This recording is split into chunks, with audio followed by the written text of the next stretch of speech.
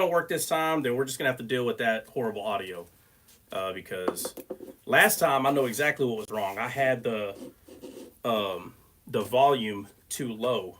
That's why I wasn't picking it up. But it is hooked up to. It's hooked up. Like there is nothing at this point. So YouTube is gone. Yeah, Kelly, I restarted it. So guys, just go on there. All I want to know is a couple of people that's on YouTube. Let me know if it's coming in more clear or is it still distant, and we're just gonna run with it. It's all right. It's hopefully it works. Yeah, hopefully it does. Do what? What does that mean? It's unavailable.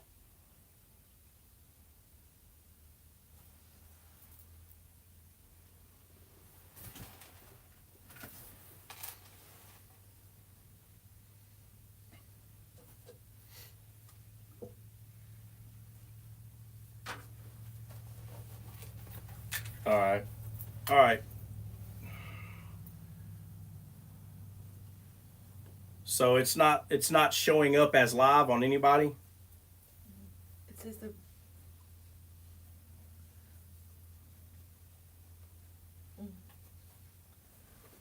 it says the video has been removed by the uploader. All right. So then that means Jen, you got it. Swipe out. Hey, swipe out of YouTube. Like swipe out of it and then get back in it.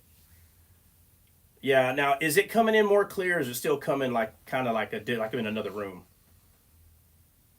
Okay, great. Okay. So I just need a few more people to give me some feedback.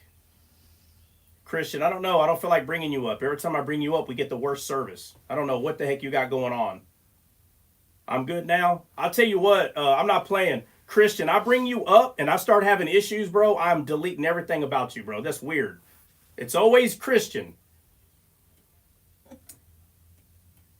Christian's like, no, I swear. All right, I'm bringing you up, bro.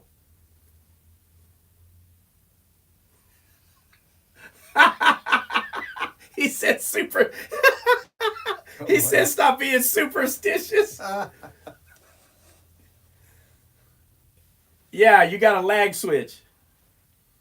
That's right. Yeah, you do. You have a Russia collusion. All right, hey, guy, hold on. Hold on for real. Hey, hold on, Christian. Hold on, Christian. No, seriously. I'm not trying to interrupt you. Seriously. Whoever is watching YouTube, okay, listen, guys. Whoever is watching YouTube, when you unmute your mic, make sure that the volume is down on YouTube, so it doesn't interfere with what we're doing. So because I can hear myself in the background, so make sure that the volume down is on YouTube. If you want to listen to it, mute your mic so you can hear it on YouTube. But when you unmute your mic on TikTok, make sure the volume down is on YouTube so we don't hear it in the background. All right. What'd you say, Vakima? Right, this gonna make it clash. Yeah. And I do you have me? Hey, do you have me on YouTube or no? Okay, so I'm checking. Yeah, there's some people that have like they're watching it, and there's some people that can't right now, and I'm not sure what that is. You got it? Okay, great. Yeah. So we got a device right now, and it's fine. So you're gonna have to like maybe get out of YouTube and then come back into it. Okay, if you want to, because that's what some people had to do. Let me go back to this. All right, obviously I apologize. Apologize for the. I'm not sure what the issue is. We'll just blame Christian, and then Christian get mad. And as Christian's like, stop being superstitious. Hey, that coffee cup is about turn it side. I don't know. Look, that lip is making it. Yeah. Let's do this. What was that noise? Was someone trying to talk? What was that? Is that good? I think someone was laughing. Huh? Sounded like someone. Sound like someone laughing, or you know what? When the system glitches and someone's speaking, you'll hear. That's what it sounded. That's funny. That's what it sounded like. It was quite odd. All right. We have to reintroduce ourselves. Yeah, that's fine. Go ahead. Nobody's worried about it, man. Go ahead. All right, hey everybody. My name is Dion Ward. My wife Ilza Ward. We're from South Africa originally. Been in the United States since 2014, and she's been here since 2021. And we came to Texas and never left. Right, they fell in love with the great state. The great country The great of country. Texas. The great country of Texas. Come on. So real quick, I'll just give you a real quick background. I mean, there's a lot that could be said, but I'll just say this. So at the school, the college, Christ for the Nations in Dallas, Dion, do you still I'm still work there? Okay, so Dion is still a security guard there at that school. Yeah. And basically, the person that was in charge at the time pulled me to the side and asked if I would be willing to help basically create a SWAT team there, which I called it sheepdogs. And I did it to a lot of churches, and it's basically just people just protecting the church. And long story short, Dion was pretty much in charge. I'm sure he's still pretty much in charge of the guys up there overall. But I remember maybe about halfway through the training, maybe not halfway, probably about a week or two into the training, Dion was telling the other guys, and first of all, you can't just let anybody train you. Like, anybody can say they're good at something. And Dion, after one of the range days, he goes, "Hey, can I tell you something?" This is after. Do you know what I'm about to bring up or Come no? on, bring it up. I remember. Let's go there. I remember it. So Dion was like, "Hey, can I tell you something?" With his African accent, and I'm like, "Yeah, what's up?" And I already had known that he's been to war, so he's not a guy that doesn't understand certain things. He does. So when you're bringing a dude in saying, "Hey, this dude's going to train y'all," obviously you're like, "Oh God." So he said, "Yeah, can I tell you something?" He said, he said, when they were telling me that somebody was going to train us, and then you started talking, and again, it's the Texas sarcasm, right? Like, like Mr. Know-It-All. And so he said to himself, "Yeah, right. Okay." Because and everybody knows me by now. I talk a lot of junk, straight up. So that's all he saw was, here we go with a hick from Texas that he just knows everything. Oh, he's going to teach us so much. So after about a week or two, and I can't pinpoint exactly what it was, but it was at the range. And he goes, "Hey, can I tell you something?" And I go, "Yeah, what's up?" He goes, "I have to be honest. I was questioning what it was you were claiming that you were going to teach us." He goes, "But I have to admit, you are the only person," he said, "you are the only person that I have met that talks crap and can back it up." Do you remember that, I Carlos? remember that. I actually do remember that. It's the only person I met that has a big ego, but has the knowledge and you can prove what he boasts about. It's very few people that can do that, or actually has that. I've met a lot of people. I've been in 33 countries. I spent 6 years in Iraq, so I can tell you honestly, I've met a lot of people. I've been a lot of places, and he's the first and only person that I've met that's got a big ego, but he's got a lot of stuff that can back it up. And when he told me that, so this whole time I'm thinking he's trusting me, but he's not. But he's not. He's kind of like, yeah, I'm watching you, bro. I watched him. Oh yeah, yeah. I'm still watching him. Still watching. Somebody's got to. Oh yeah. And that's okay. Hey, but that's why, if you're gonna bump your gums, make sure you can back up what you're saying. Exactly. I mean, again, first off, guys, let's be honest. How many people have you met that run their mouth and they cannot back up a darn thing that they're saying? We've all met them, right? And even Benny, is Benny in here? Or is Dre? I don't know if Dre or Benny's in here. But I remember Dre, one of the guys, come down, and no, you haven't met Dre, I don't think. Who you talking about? No, not your brother. It's the one friend. Oh no, you met my brother. It's the one friend that always seems to have something come up at the last minute. Oh no, you're talking about somebody else. Okay. No. So Dre, they know Dre. Okay. So Dre came down, and he came to come to the range to earn the coin. Okay. Okay, and he was in the service for a few years. And I told him, "You're not going to earn the coin, bro." "All right, whatever." He's like, "Whatever, I'm gonna." But he's coming to learn how to earn the coin. All right. And so he comes and Clint, I put Clint out there to instruct him because I was making some food in the house. Okay. And so he's out there shooting, and Benny, another guy. Remember I told you D-Skilled came to Texas, so there's a bunch of D-Skilled guys here.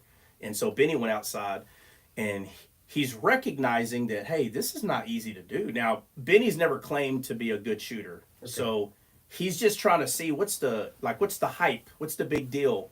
Why y'all making this a big deal? It can't be that hard. And so he learned real quick, wait a minute. So what Benny said to himself, and I know, is you can't shoot it that fast. There's no way you can shoot it that fast. So he tells me, now again, he tells me this when everybody's about to go home, but he said, I don't care. I got to see it to believe it. So he's another unbeliever. He's another making them believers one at a time. Not just with pew-pews, but with Jesus Christ. Come on. But it's funny because it never ends. You know, you can be really good at something, and every year you're going to have someone challenge you. Yeah. Every year. And when I was in a service and I was teaching combatives, which is Brazilian Jiu-Jitsu, yeah, every class that I had, there is at least one guy that would say, that don't, in a real fight, that don't work. In a real fight, that don't work. And I'm like, bro, I wish you weren't the guy. And sometimes they're big. Sometimes they're big guys, and I'm like, God, you know, I'm gonna have to show him in front of everybody. You have to. There's no. So I said, check it out. Let's do this. Without punching each other at first. I said, let's do it without punching, and then after that, you let me know if you still want to do it with punching. And after I show them in a real wrestling match, and I show them, no matter how big you are, I'm gonna get you. You may throw me around, but at the end of the day, you're going to be sleeping, period.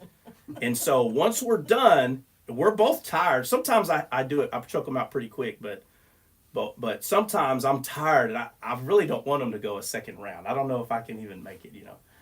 And I'm like, all right, now, do you want to add punching? I have never had one person tell me yes, never.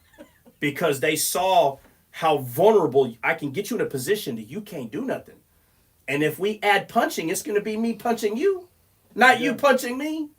So, but again, right, every class, this don't work. I'm like, all right, come here. I make an example of them. So after I choke them out in front of everybody, I say, hey, did it work? So now people would say, oh, yeah, but if y'all are punching, okay, fine. I asked the person, hey, you want to do it again with punches? No, I'm good. Oh, okay. All right. Everybody else will say, no, do it with punches. But the one that I showed them, nobody can see what you're doing. Yeah. But when you know that you don't have real control to punch, you don't want to add punches. That means I'm going to be the only one punching. Why would you want to add punches? Anyway, the point is, it's every class. And it's the same thing with the range. Yeah. Every class, I don't believe you can shoot it that fast. Okay, watch. Brah. Okay. You can't shoot that fast. So again, every class. So when Dre and Benny came, Benny would be the guy in the class. Nah, bro, I don't think you can do it. And then you show him, you know. And, just for the record, I was the first top shot. Yeah, you were. He was the first top shot. Yeah, so he was the first one in a collective group of people, right? So basically, what we have is you have the whole class competing with each other. And you don't really know because you and Morales were neck and neck the whole time. And so when it came down to qualification day, it could have been either one of them. Yeah. And on qualification day, Dion's the one that got the best time out of everybody. And that's the day that mattered. So he was the one that got top shot in that class. And so anyway, so that's just a little history. And obviously I went on to, because they didn't just learn how to shoot, they learned how to clear buildings. You name it, anything that a SWAT team does, they pretty much did it. I trained them how to do just about everything. The good thing is there was a couple of people that had military service, Dion and Morales.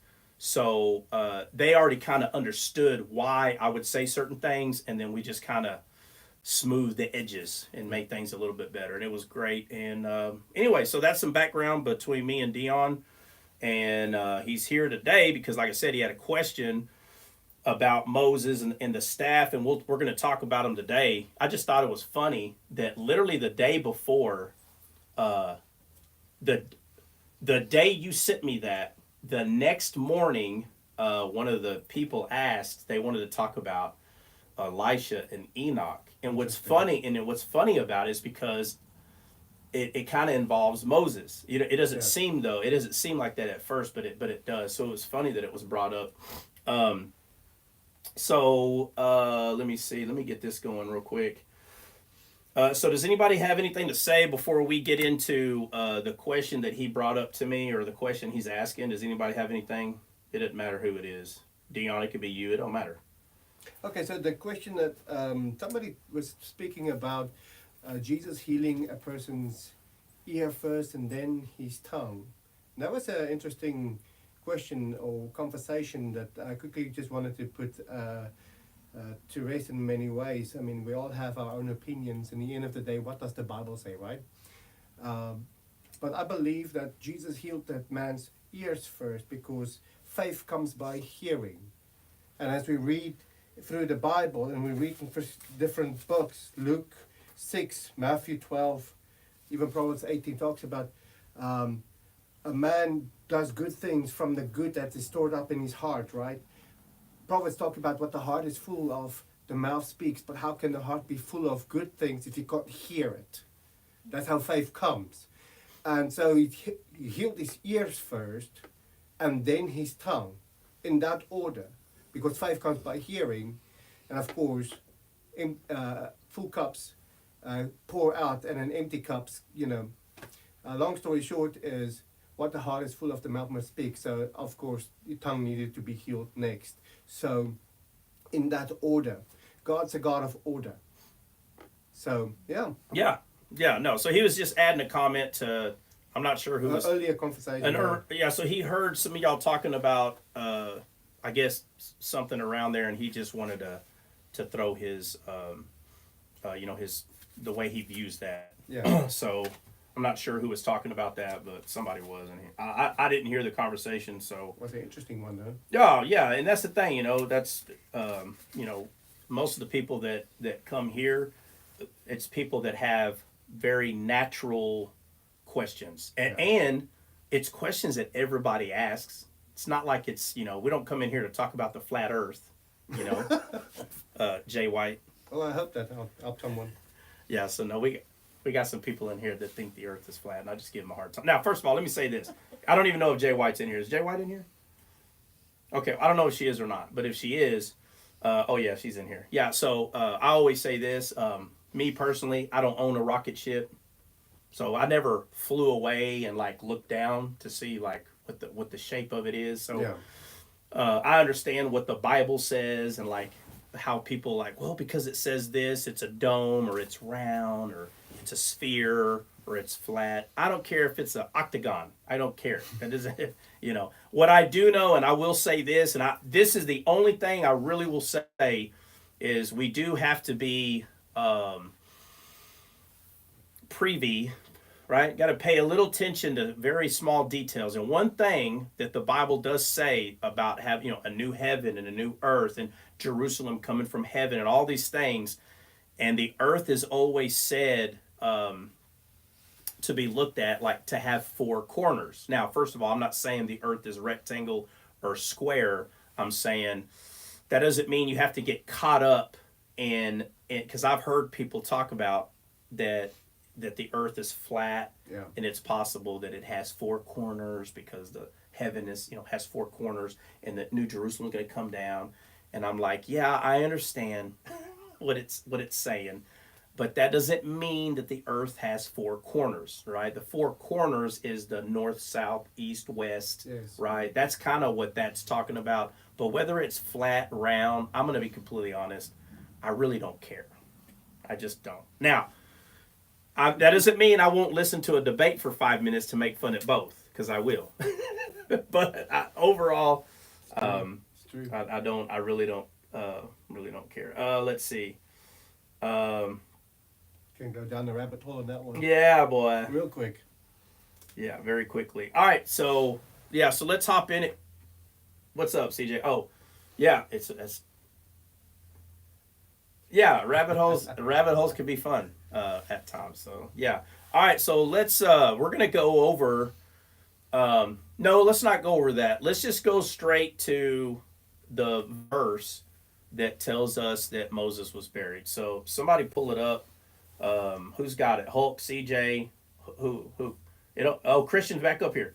It's Deuteronomy 34. Is that where it's at? Deuteronomy Yeah, 34? And of course, it's also in Joshua chapter 1. Yeah, okay, we'll read both. We'll read both. We'll read both. Verse 5. I don't know. Is that what you said? Deuteronomy 34? That's Yeah, correct. 5 and 6. I've got it here. You want to read it? Sure. Great. Just speak into the Yeah, make sure you're right up in there. So Moses, the servant of the Lord, died there in the land of Moab, according to the word of the Lord. And he buried him in the valley in the land of Moab, opposite Beth Peor. But no one knows his grave to this day. All right. What translation was that? What y'all reading over there? That's the New- African translation. New King James Version. Oh, okay. African version. And All right. for those who don't know, Moab, modern day, is called Jordan. Jordan. Yeah, that is Jordan. kind of the area. Yeah, Yeah. out there. All right. And what'd you say you wanted to read another verse? Where's that one at? There's a few actually. No, it was in Joshua chapter 1. All right. Hold on. Let me get Talks there. about All right. Let me same get there. thing. Hold on. Let me go. Joshua chapter I 1. think it's in the first verse. After the death of Moses, the servant of the Lord, it came to pass that the Lord spoke to Joshua the son of Nun, Moses' assistant, saying, My servant is dead now. Therefore arise and go over to this Jordan, you and all the people to this land, which I'm giving to them, the children of Israel. All right. Okay. Let me see. The end of 3 says, as I said in okay, 3 it says, every place that your sole of your foot shall tread upon, that have I given unto you, as I said unto Moses. Okay, so he's just bringing up, I told Moses this, Yeah. and I'm telling y'all the same thing. All right, and what's the next one? All right, just those two at the moment. I'm going to pull up a little bit of scriptures as well as we go on through this discussion. The great thing about Moses and Abraham is the father of Israel, but Moses, he's the founder of the Jewish religion. Okay. Interesting. Yeah. Not Abraham. It's Moses. He brought the law. Yeah, he did. He brought the law. Yeah, Yeah. Moses brought the covenant, right, between man and and him, and he was a Gentile. Yeah. He was a Gentile. So it's funny when people fight over being godly or Jewish and all this, and it's like, bro, Moses was not a Jew, so that means Jews came from a Gentile. He was a Gentile. They only became a Jewish nation after the Exodus. Right. What I'm Out of saying is Egypt. like the Jewish religion, right, Yeah. where people say I'm a Jew, right? Yeah. You know, if you just keep, that wasn't always so, Yeah. right? If you keep going all the way back, you're going to run into Abraham, Mm-hmm. and then you're going to have the conversation where it's like, Abraham, basically leave this place, right? This pagan nation that you're in. There's no Jews. There's nothing. Mm-mm. You just have God going to use one man. And we went over the scripture the other day that talks about, well, where Jesus says, if you don't hate your own mother and father, right, for my sake, Yeah. you cannot be my disciple. Which means you have to love God more than anything else. Like the love for God has to be more. But if you misinterpret that, it looks like Abraham is, because there's people that do this to this day. They'll go unalive, and remember, on the small app, we can't use words like you know when you get a pew pew and you pew pew someone and they end up in the grave. There's words for that, right? Yes. And I'll say a couple so you have the word death or kill. You can't say those words on this app. This one doesn't have a problem. It's this one over here, and they'll like turn you off. Oh, wow. So when you hear us say very weird words, just start asking yourself, why did they word it like that? So, for instance, the word that we use for those words is unalive. Okay. Unalive. It's not alive anymore. Not alive anymore. Unalive. So these are the eggshells that we have to. Dre's here. Where's he at? I don't see him anywhere.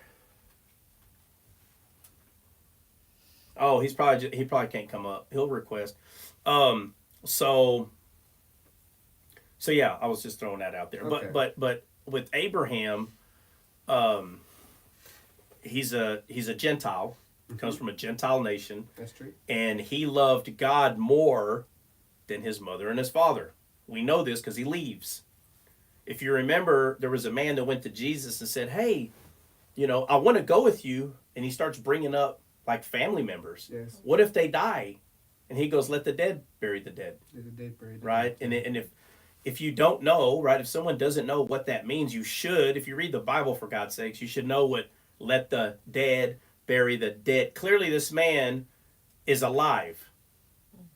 So how can a person who's alive, if you're alive and you're burying someone that's dead, how could you be dead? If you're alive, someone dies, and you're burying them. You dig a hole, you put them in there, and Jesus is saying, "Let the dead bury the dead," right? So this person that's unalived has to be buried by someone who is alive. But Jesus did speak spiritually a lot in the Bible. So when he said, "Let the dead bury the dead," he's saying, "Let the spiritual dead bury the physical dead." Yeah, That's what he's saying. About that, That's yeah. what he's saying. Let the dead bury the dead. Meaning, if you're following me, you're not dead. Yeah. So Just born don't- again, right? that's right. So, but he tells this man, "Let the dead bury the dead." So Abraham, when he started believing in God, like believing his voice and he's going to follow God, in God's eyes, he's not considered dead. Yeah. Because it's by faith he's doing all these things. So in God's eyes, he's not considered dead. Yeah. Because the attitude wasn't, but my parents and my family are going to be unalived. Who's going to be here to bury him? He didn't, for some reason, that's not what his focus became. His focus became God. So God tells him, "Hey, I need you to unalive Isaac." So it's like, okay. And when you read that, it does sound like madness. It does. But when you understand the Bible, like the reasoning behind why he would even tell Abraham to do that, people are like, "Oh, he was tempting him. Like he was challenging him, or he was testing him." Yeah, the word is taste, yeah. And so you're like, "Wait a minute. Is that what it is? God's testing him? Like, is that what we're going to say?" And so I understand the argument, like the testing, and I get all that. But what we do know is, and it's proven to be true, is God meant more to him than anything, even more than his own son. God did. It's true. And so when Jesus says, "If you don't hate your mother and brother," notice the words it's using, hate. And God says that he hated Esau. He loved Jacob, but he hated Esau. When you pay attention to how God talks about hate and how Jesus talks about hate, and then Jesus says, "I come not to bring peace, but a sword," and for a mother against the daughter, and for the son against their father. Yeah. And you see this hate, this hate. So you're tempted to ask, well, if God's so loving, why is there so much hate? And after a while, Yeah. it'll click what's really happening. It's not that you hate the way we use the word. Yeah. It just means you love God more. But we also know that back in the day they used the same word for a lot of things. Yeah, Depends on the context. on you the use it. context, right? But in the context of where the ones that I'm bringing up, it's hate. Yeah. But it's just not the way we use it. See, hate, like for instance, because it sounds contradicting, because Jesus said, "If you hate your brother for no reason," then what does it say? Then you've committed murder in your heart. So people think that that's the kind of hate that God had for Esau. That kind of hate. No. It says if you hated your brother for no reason. When you pay attention to why God talks about the hate that he talks about, there's always a reason. Yeah. Not no reason. There's Yeah. always a reason. And Esau gave up his inheritance. That should be very clear why God is using hate towards Esau. But now we have to look at what was it that Esau did wrong? Like, what is that? And the whole Bible is about us being co-heirs with Jesus. That's what the entire Bible is about.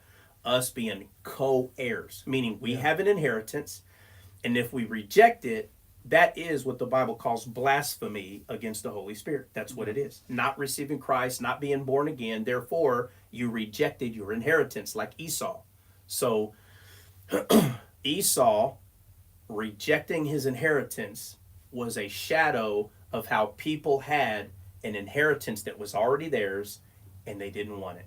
You can talk about that for days. Forever. Yeah. The entire Bible, because it goes all the way throughout the whole Bible. The whole Bible. Yeah. Because it's pointing to us.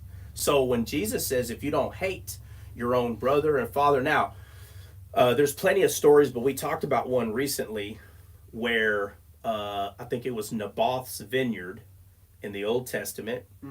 And it was Ahab. He was married to Jezebel. Okay. And Naboth had a vineyard. Yes. And Ahab wanted it. And he went to Naboth and he said, hey, I want your vineyard. And he's like, and he says, no. He goes, because God forbid me to give it to you. Interesting, okay. So, and then he says, it's an inheritance from my father, and God forbid me. So here we go, same kind of story. This man has an inheritance, and he refused to give it up, right? And it's not a coincidence that the inheritance in this story happens to be a vineyard, which is like a garden, right? And it goes all the way back to the Garden of Eden. And again, the whole Bible does this, the whole Bible. Adam's inheritance was the garden, and he gave it up.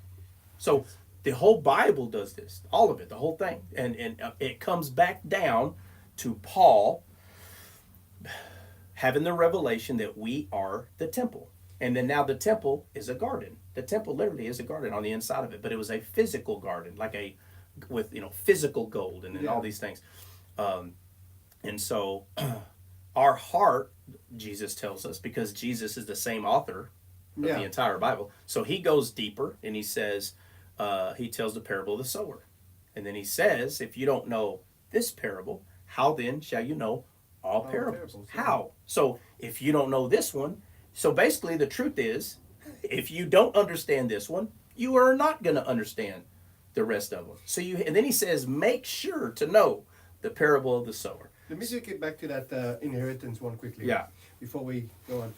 Both of them, the one in Eden and the one with the land, both were based on false sense of a promise, a false promise that was offered in replacement of your inheritance. Yeah. Yeah, false promise. You'll be like God, but they weren't like God. Yeah, they're already like God. Or false promise of riches for your land. Yeah. Yeah, because Naboth said, exactly, I'll give you money. Yeah. And then he said, if not, I'll give you a vineyard for your vineyard. But the question should be, why do you want mine then? Yes. False. Why? Why? It's not real. It's fake, right? Mm-hmm. You have to fall for it, right? You have to be beguiled, right? So Jesus tells the parable of the sower, and the disciples didn't know what he was saying. Okay. And he said, what? You don't know this parable? Well, that happens a lot. Yeah, and he goes, how then shall you know all of... Very important what he said. But basically what it comes down to is, there's one good ground, only one. And everybody, I've heard so many discussions about, these grounds are still good. No, that's not what he's saying. It's not talking about all of them are good. Mm-hmm. No, one is good. Yeah. One. And he said, he tells the disciples, these are man's heart. Yeah. He says, he tells them, but if you have the good ground, he goes, some 30, some 60, some 100-fold, meaning that the word will take root in the good ground, and more will be more, some hearts will be more profitable than others, have a bigger harvest than others, right? But he calls it man's heart. And then throughout the whole Bible, everything we see about soil, ground, land, Jesus bring all this together, says it's man's heart. That's what it is. And so the Garden of Eden is man's heart. And Jesus is the gardener. That's why Adam was the gardener, but he couldn't do it because that man was not God. Mm-hmm. And that's why the whole Bible, he says, I searched for a man and I couldn't find one. So he had to do it himself. So Paul understood this and he said, oh my God, it's an Adam. He's Adam, the last Adam. So there's only two men that came from God's heart. There's only two. the first Adam and the last Adam, meaning a perfect soil that was perfect as soon as they became to be, they were perfect. But the only way that's possible is because they came from the soil of God, God's heart, his good ground. So that's why Jesus came and said, you have to be born again. So that right there alone proves that when we go around telling people God loves you, he made you the way that you are, if they're not born again, they're not from God. They have to be born again. So to tell someone that God loves you, he made you the way you are, it's a complete lie. If they're not born again, they are not a child of God. So if they're not a child of God, that means that God has not given them a new heart, which means their heart is not the good ground. Right. There's a lot of questions that goes in the Christian circles, and for many years that Christians were asking the question regarding, well, I believe in Jesus, I gave him my heart and all, but I'm not born again. Do I get to go to heaven?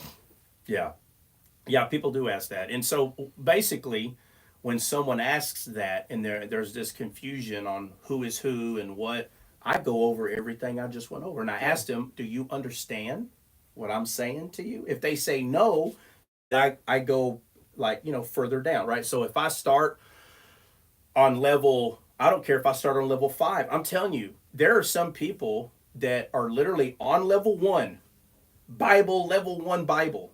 And I've seen them come alive just by me explaining a level 3.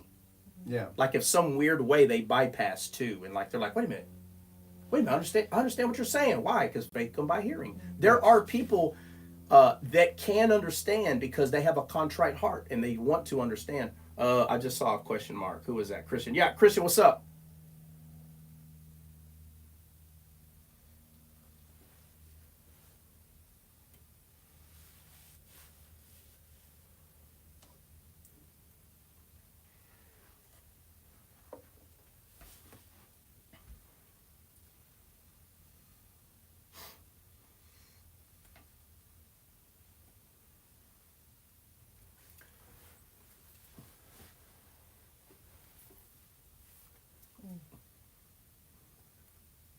Yeah, so the conversation is not whether or not God loves them or not.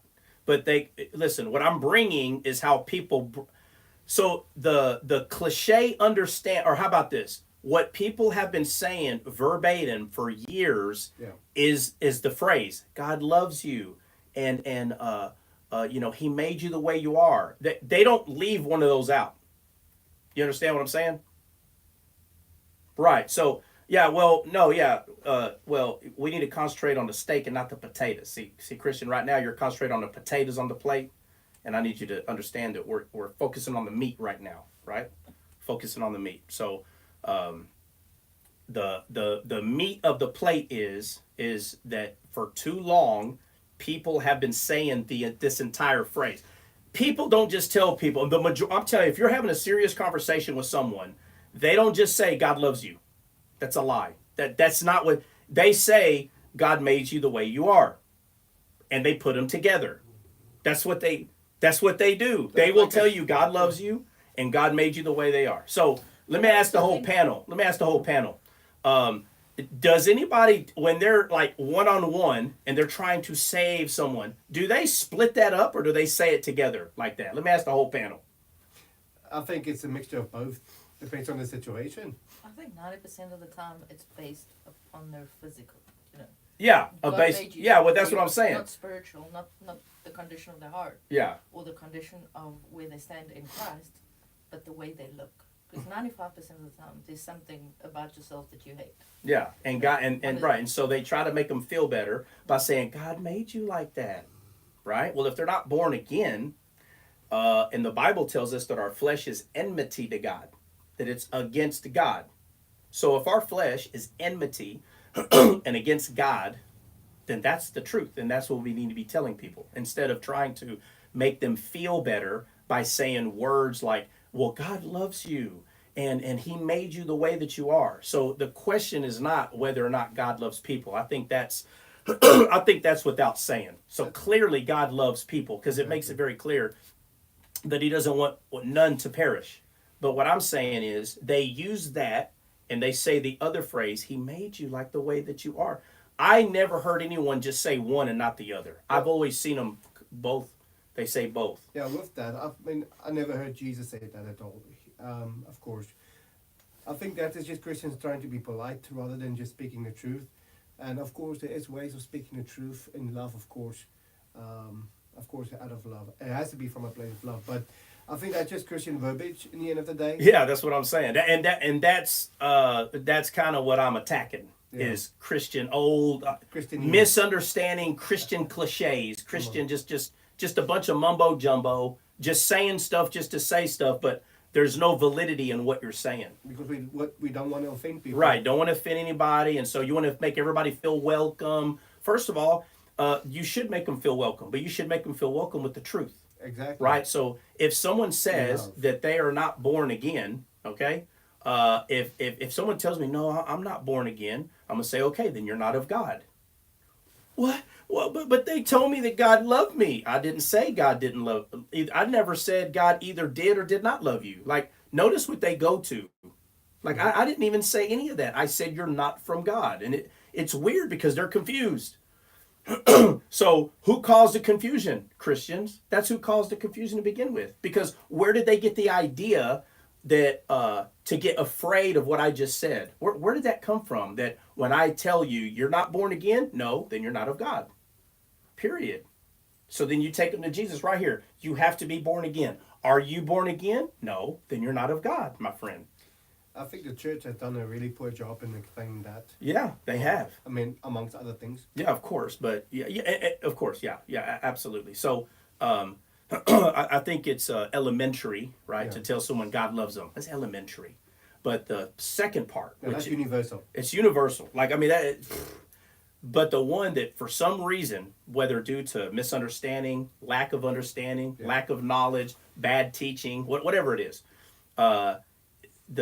what's being said is God made you the way you were, right? And I voted for Donald Trump, okay?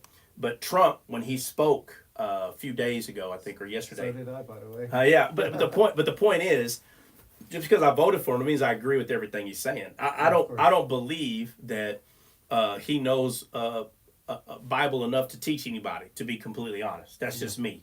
I'm not saying he doesn't know how to teach something.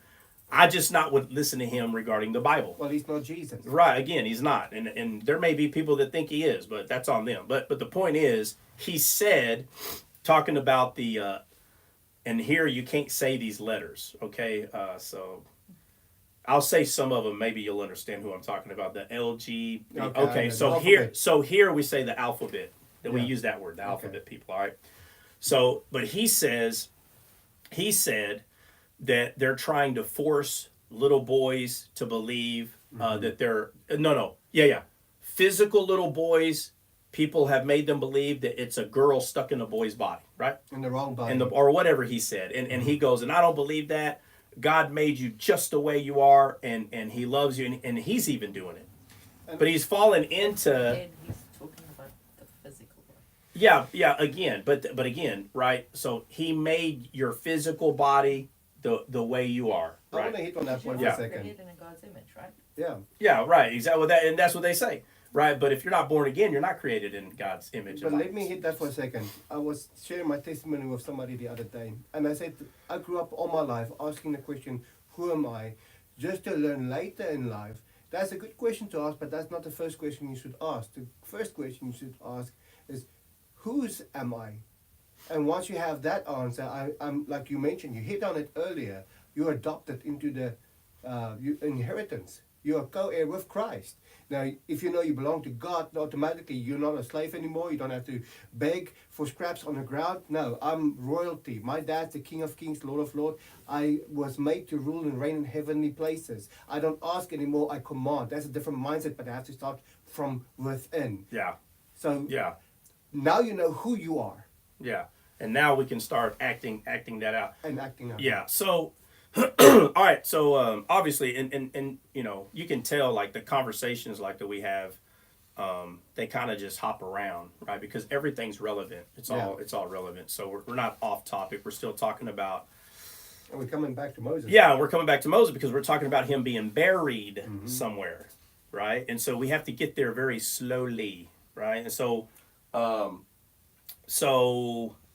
of this is very relevant. oh, it's all relevant. All of it is. So let's do this. Let's go over all the verses that we're gonna look at. Let's go over all those verses, and then we're gonna start where God is telling him, "Hey, you're not going over there." By the way, okay, you're not, because you hit the rock. I told you to speak to the rock. You're not going over there.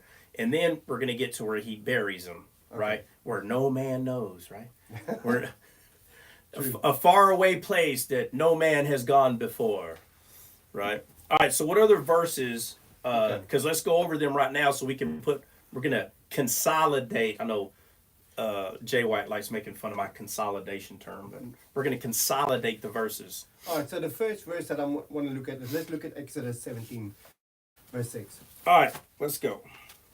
Exodus 17, right? This is the first time God instructs Moses to hit the rock. All right, so let's go to 17.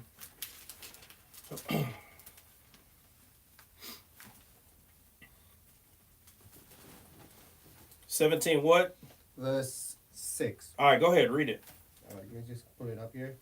Okay. Behold, I will stand before you there on the rock in Hebron, and you shall strike the rock, and water will come out of it, that the people might drink. And Moses did so in the sight of the elders of Israel.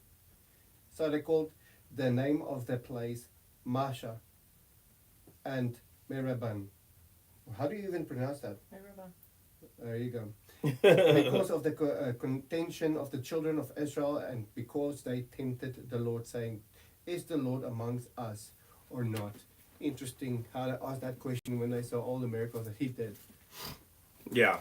So that's the first time. But yeah, and I'll say that it matters, right, to study names in the Old Testament, right? Of course, yeah. And so these two words, I may mess it up. It's been a minute, but Yeah, it's been a minute. it's like strife and temptation or something like that. So these two words, when it says, Just say is it 8? It says, tempted the Lord. yeah, man, no, where's the, hold on. Because of the contention. Yeah. Yeah, 7. No, 7 he says, and he called the name of the place Massa and Meribah.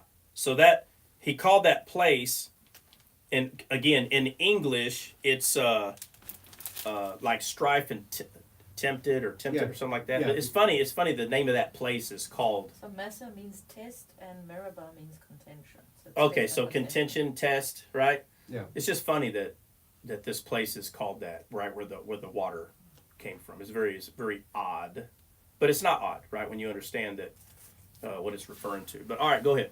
All right. So that was the first time the Lord instructed Moses to hit the rock. I've seen somewhere as I went through this. There's a few things that came to mind.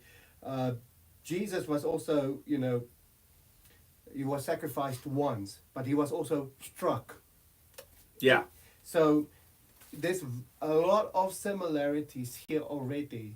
And I think when we go to Numbers 20, we can go there from 8 to 12. All right, so let's go to Numbers. You said Numbers 8? Yeah, 8 through 12. All right. 8 to 11. Man. You want to read that?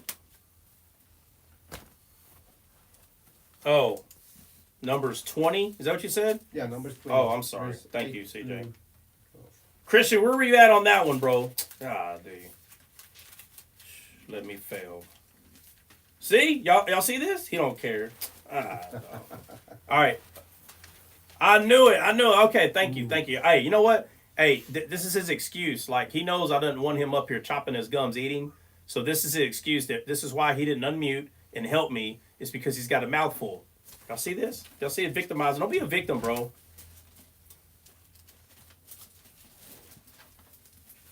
Don't be a millennial. Yeah, don't be a millennial. Don't be a millennial, Chrissy. God.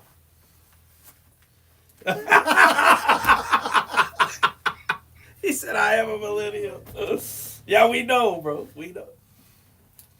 All right. I'm done messing with you. I'll leave you alone. All right. So we're going to Numbers 20. Hey, hold on, Christian. Where you been, bro? Like you ain't been here all week.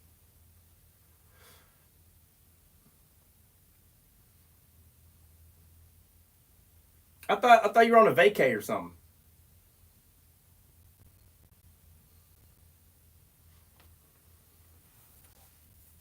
Oh, okay. I see what you're saying. So you weren't in Vegas that entire time. Ah, all right. All good. All good, man. All good. Okay. All right. So we're at Numbers. Do what? Oh, a great baby moon. Ah, Okay. yeah. That's right. Hey, how old is the baby, by the way?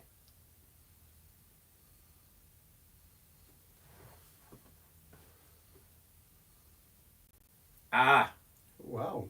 Oh, for you. You look like a. Yeah, he's got triplets coming. That's what he say. Oh, bro, you did not just they them the kids. Bro, you did not just they them.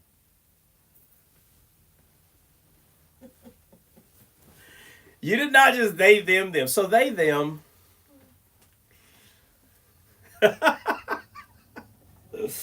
Bro, why don't you just do with the rest of the No, again, but Christian, that's what I'm saying, bro. This is the issue I'm having, bro. I would have said it, Christian, because I'm a guy. Okay? Stop going. It's kind of like you ain't never seen a movie. Hey, what's the movie that they're at a war, but it's actually a movie? It's not really a war, but it turns into a war. Yeah, I remember that. Yeah, you Tropic Thunder. Like, bro, don't go full Riri on us, right? You remember that? He's like, bro, you can't go full Riri. He goes, look at Forrest Gump. He's like, ping pong champion. That's not full Riri, right? So what I'm saying is, you can't go full feminine on us, bro. Right? Sometimes you have to on purpose say it. Like you got to sometimes act like there's some guy in there, bro. You can't go full feminine on us, bro. You understand? All right. All right. Okay, let me say this. this. Hey, Dion. So Christian is kind of like our newest like male member, and so we chop him down pretty hard. He gets mad at us. It's all in funs and games. I know, but he gets mad. He gets Okay. mad at us. Yeah. Yeah. Hey, so he makes TikTok videos Okay. to come back. And what was the last one you made? Or no, better yet, Christian. Nah, that one was okay. No, what was the funniest one you think you made?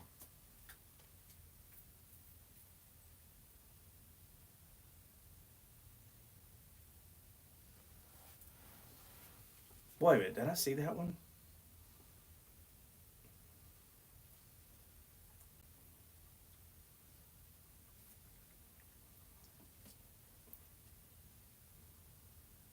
Yeah, no, but I'm saying but who were you making fun of? I'm talking about where you're making fun of us. Which one's the funniest?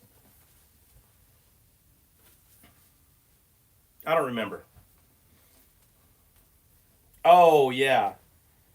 Oh yeah. If your friend. Yeah. So hey, so I'm shorter than everybody. Like there might be someone shorter than me. I don't know. But everybody's like 6 foot or so when we all hang out, I look like a little kid. Y'all, I know Troy's got a big ego, but I know every time I stand next to him, he's looking up at me. So he's got to look up to someone. Might as well be me. Yeah, so he made a video saying if you're the short one in the group, clap your hands. So his comeback, he makes videos, right? All right. So we're in Numbers 20, and what verses are we reading? 8 through 12. 8 through 12. All right, y'all go ahead. Who's reading? Who's reading it?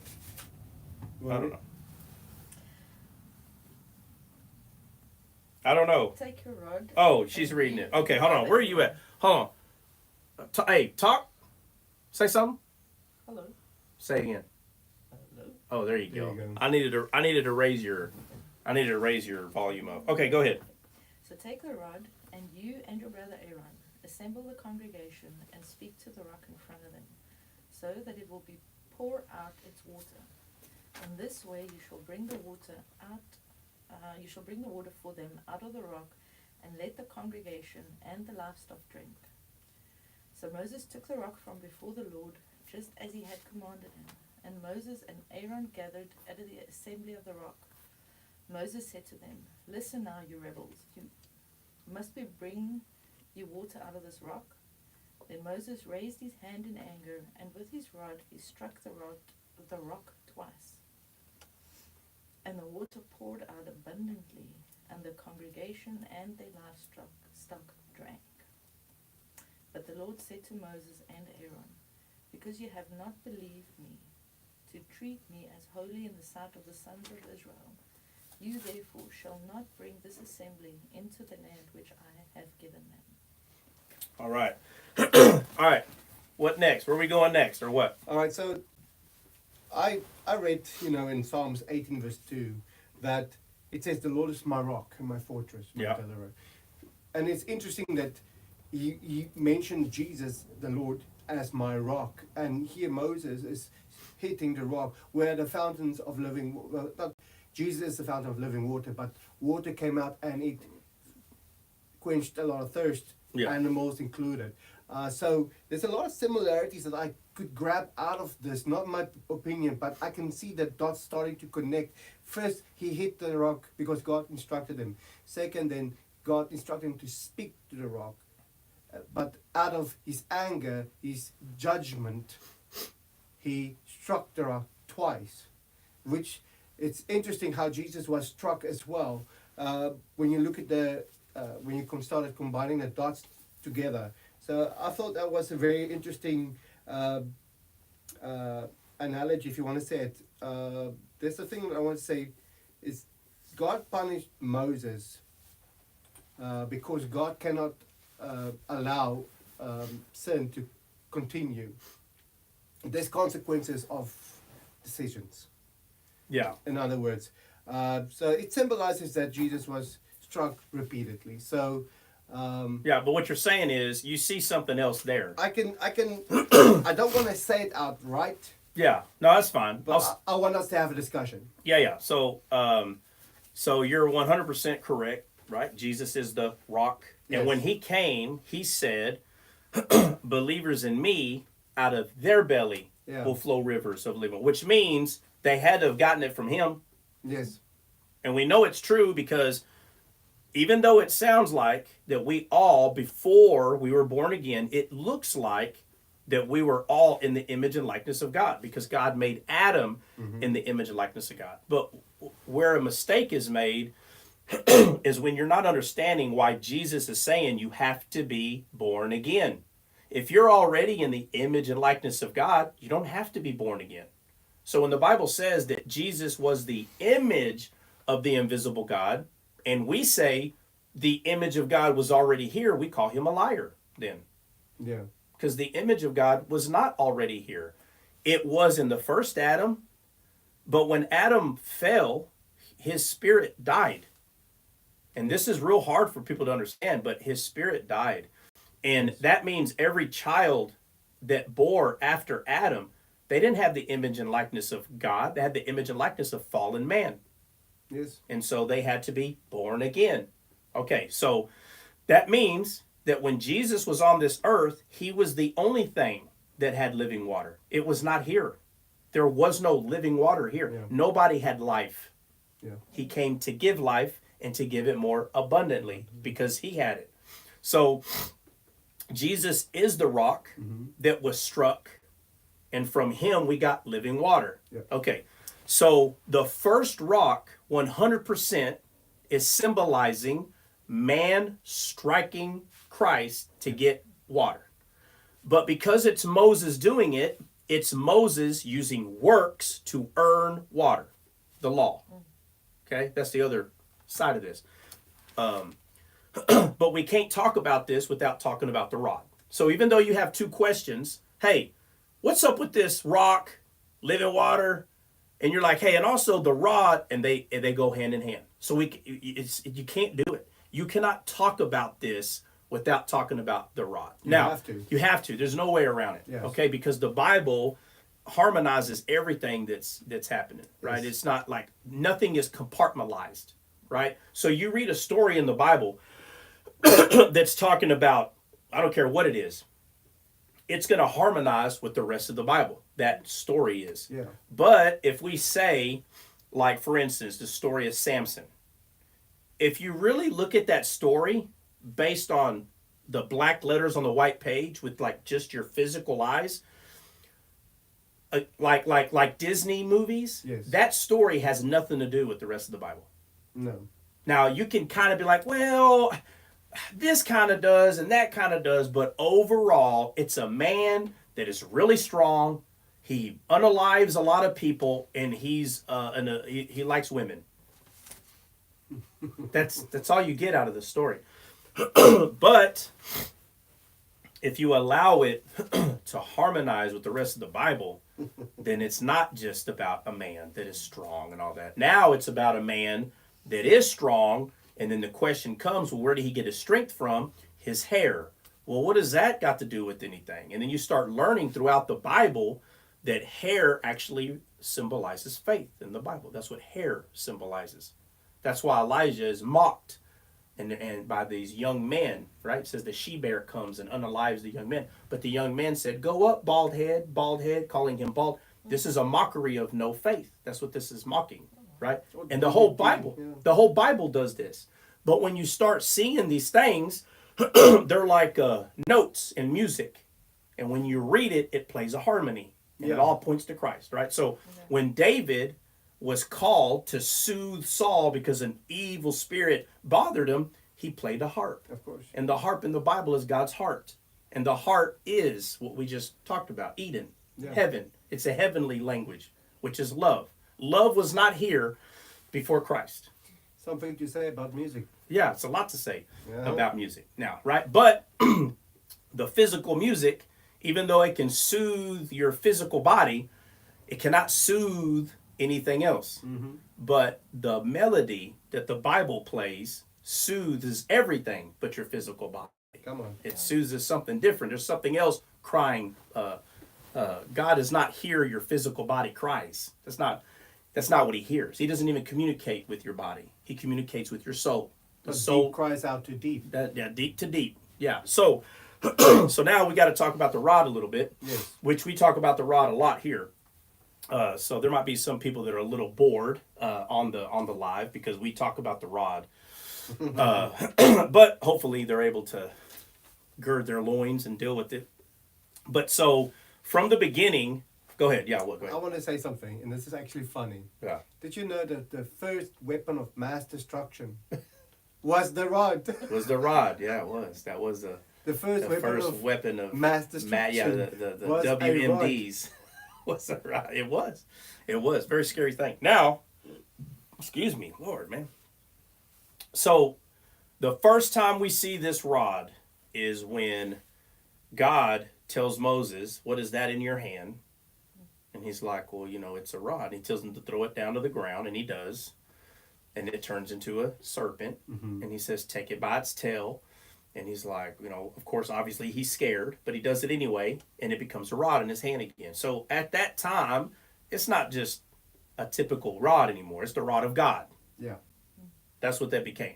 So, in my personal opinion, I believe that this is the first time something like this has ever happened. Everything, when God appeared to Moses, he said, "Remove your sandals, for this place is holy." Yeah. Which means the rod was holy too. Yeah, it was after he picked it up, right? After he picked it up, it became holy. So he picks it up, and he's like, "All right, check it out. I need you to go tell Moses, set my people free." We know the story. So he's like, "All right." So he goes over there, and he's got this rod. And Pharaoh doesn't have a rod, but he's got people that do, right? The magi, the magicians. Okay, so they come with their rod. So now, if when we understand that Pharaoh is a shadow of Satan, pretty much, okay? And we know that Moses is standing for, he's a servant of God. Yes. He didn't go to Pharaoh and Pharaoh had a rod. No. He had servants that had a rod. So you see the servants of the one they serve, right? Well, so we could picture Pharaoh behind his magicians, and you Picture God behind Moses, and they're standing there serving a God. They're serving something. So the magicians come and they have 2 rods, and Moses has 1. So we throw all the rods to the ground, and we know Moses threw his first, and it was a serpent. And so the magicians threw their rods down, their serpents, and then Moses' serpent eats the other 2 serpents, and when he takes his serpent by the tail, it's a staff again, right? So the rod in the Bible, in the Old Testament, well, when I say Old Testament, I'm saying every book before Acts. So even Matthew, Mark, Luke, John, that's still Old Testament. Yes. Okay, now that one sheet of paper, that splits the old and new, that's not the true. Malachi. That's not the true divider. Okay, people think that they go to their middle of their Bible, or not middle, but to further to the right, and they're like, look, it says New Testament right there. No, bro. If you understood the Bible, you would know that Matthew, Mark, Luke, and John is Old Testament. The New Testament doesn't start till Acts. Okay, but and we're still living in Acts. We are actually. It's New Testament believer, people who believe that the new covenant, right, has taken place. Let me quickly go back to the fact we kind of glance over this when we say Moses appeared before Pharaoh. We have to understand that Pharaoh, everyone in Egypt worshipped the Pharaoh as God. Yeah. And here comes a man, a slave, or whatever you want to call Moses at that time. You can't just walk up to Pharaoh and be his equal and nothing happened to you, especially if Pharaoh disagrees with what you have to offer. And Pharaoh talks to Moses as his equal, although they disagree, but nothing happens to Moses. Yeah. Which means God had to elevate Moses in Pharaoh's eyes. Yeah, and he did at birth, right? At birth it happened, because you got to remember, the Bible may not tell us, but Pharaoh's sister pulled Moses out of the water. Yes. And he was raised in the environment, in that environment. So there is no way, if you know anything about family, there is no way that Moses and that Pharaoh didn't know each other. They did. They did. So from the very beginning, Moses was elevated. It all started at birth. And you pay attention to Moses' mother. It says that she made a little, basically an ark, like a little boat, and pitched it, right? So the water didn't go in. And he came from the land of Goshen, which is which is considered the good ground of God's people, came from there, went into Egypt, and his name, Moses, means to be drawn out, because he was drawn out of the Nile, or he was drawn out of the river. And what's funny about that river is like when you go study it, it's there's a lot of reeds there. Yeah. And Moses takes the people, he was pulled out of a river of reeds, and he takes them to the Reed Sea. Even though we call it the Red Sea, when you go study it in Hebrew, it's the Reed Sea. Yeah. The Sea of Reeds. But yet he was pulled out of reeds over here. But so he's taken out of the water. He's in an ark. Pharaoh's sister now has a child. Okay. And this child is raised in the temple, or the White House of Pharaoh, pretty much. Yeah. And so now when Moses appears to Pharaoh, Pharaoh knows who he is. So there's an automatic favor that's given to Moses that started at birth. And so it's fully understood that even though this Pharaoh did not like this whole story about Moses, it would not have been easy for him to unalive Moses. Yes. Because he knows him. He's not a stranger. He knows this guy. But the attitude is still, obviously, Moses, back off. Whatever you're trying to do, back off. That's kind of the attitude. Now, again, the Bible gives it to us in a very black and white, I'm not going to let your people go. But we cannot let we can't let this go. The fact that they did know each other. Yes. So he is talking to someone that he does know. But haven't seen for 4 But haven't seen in a very long time. Yes. But he knows who he is. So you can imagine, even though he's got a hardened heart, And, we see both sides of that. God hardened his heart, but you also see Pharaoh hardening his own heart by choice as well. By choice. Everything's by choice. And so either way, they say Moses is here, and he's like, oh, gosh, this guy's Pharaoh now. He wasn't always Pharaoh. Yes. They were kids at some point, right? And I'm not talking about the Disney movies and the Charlton Heston movies, but we do know they know. It's just common sense. But now he's standing there, and Moses' staff serpent eats the other two serpents. And so when Moses takes it by its tail and picks his staff up, in the Old Testament, the rods represent authority. That's what it represents. They both stood there in authority for who they serve. They both stood there. So the Magi are in authority of Pharaoh. If you want to turn it spiritual, it's Satan. Just like there's people in this world that serve Satan. And so when he picked his staff back up, there was only one rod left. Yes. There's only one authority left at this point. So he's saying, let my people go. We know the story. And he doesn't. Yeah. So God says, hey, take the rod. There didn't have to be a rod. He could have just said, hey, Moses, take your right arm, put it over the water. But then it would have looked like Moses did it. Well, his right hand already had a function. Put it in your bosom. Pull it out. It's slippery. Yeah, that's right. And so it already had a function. Yeah, it had a function, and that function was, and we could talk about that too in a minute. But matter of fact, we should talk about it now because it happened first. Come on. Right. So he says they're not going to believe me, and he's like, okay. So he tells them, check it out. Tell them I am sent you. Okay, and also I need you to do this. Take your arm and stick it in your bosom. Notice where he tells them to stick it in your bosom. He could have said, put your hand behind your back. He could have said, open your tunic and stick it down. Bro, it could have went anywhere. Anywhere. But he tells them bosom. Yes. Right. Okay. So we might be on this for about 20 minutes, or hopefully not. But you can't, all these things correlate with one another. So he tells Moses, take your arm, stick it in your bosom, and now bring it back out. And we know that it was white. It was leprous. Yes. Okay.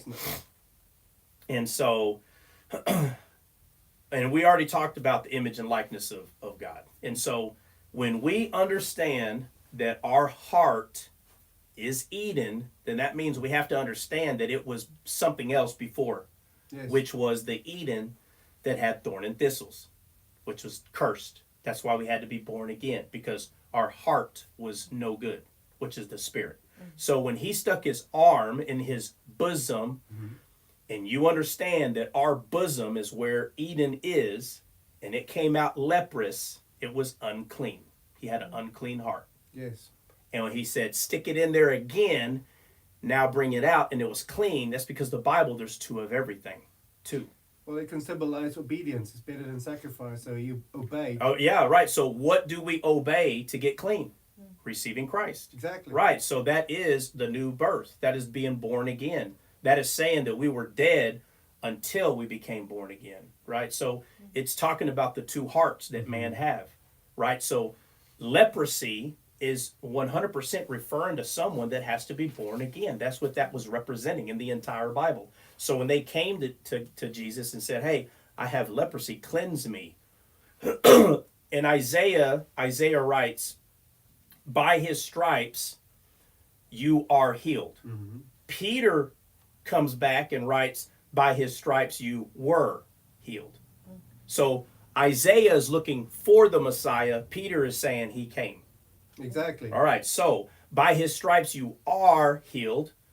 Isaiah says, by your stripes, you are healed. Peter says you were. So you have again, something pointing to unclean, clean. Constantly throughout the whole Bible. So when Moses puts his hand in his bosom and brings it out, and then he puts it back in there and it gets cleansed, well, it's already not clean. And God is standing right there. And Jesus is God. Yeah. So the cleansing is only happening because God is right there. But it's just showing him, without him, you're not cleansed. But he said, show the people this. Why? Because the people are supposed to know about things that are supposed to come, that the Messiah is going to come. and the Messiah is going to do all these things. So that was a sign what the Messiah was going to do, what the great I am was going to do. So, but the whole Bible, and I'm trying to go over this quick as I can, because I could talk about that for 2 hours probably by itself. But that was also not the first time that staff and a snake was combined. No. You read later on when the Israelites started complaining again, God sent snakes. Right. And Moses had to make one out of bronze and copper or bronze. Can't remember. It was bronze. And it was he bronze. put it on the staff. On a rod. Yeah. Yeah, and we're going to get to that And we'll rod. get there Yeah, later, we'll get just a there. snippet. Yeah, but it's not the first time, and No. that's because. All right, and we'll get to that too. I mean, again, that's the whole point, because we're really talking about the rocks that got struck. Okay. let's That's get back really to the what we're rock. talking about. But before that, we have to understand what this rod is, because once we know 100% what the rod is, now we know why God's telling him to do these things. Because it's not by works of a man, it's by Christ, right? And so God could easily told Moses, take your hand and hover it over the water. So when an Islamic believer comes on here, right, someone from Islam, and they say, I have a question. They don't have a question. They have a point. Exactly. They want to get to a point. They don't have a question. But I always tell them, hey, just get to your point. Like, what's your point? Well, why do you think Jesus got it? And I always, every time, I don't care. I go, hey, let's just talk about the Bible for a second. Did Moses do miracles? I always ask them this, because 99.9% of them are going to say yes. Yeah, Moses did miracles. And I ask Christians today too. Did Moses do miracles? Yes. No. Where? They go to the 10 plagues. Well, right there. I said, bro, let's read it again. And God said, put the rod over there. And I let them read. And I go to let them read 2 or 3 of them. I said, okay, so did Moses do miracles? Yes. No, bro. The rod did the miracle. But Moses was holding it. I know Moses was holding it, bro. But you're still missing it. You're reading way too fast. You need to slow down. I tell them, slow down.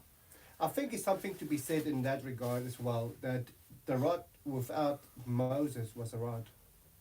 Yeah, well, because It remember, needed a man aspect. yeah, because a rod We are is the hands and feet of God, right? yeah, We say that and we believe that. Moses had to demonstrate it physically. right. So right, he had to, but a man had to do it. Exactly. Right. So even though that stick, right, a physical rod was representing the authority Divine of God, power.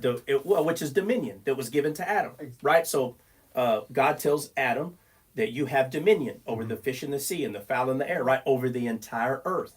So authority was given to mankind, but Satan came and took that authority. Yeah. Okay. Yeah, I wrote here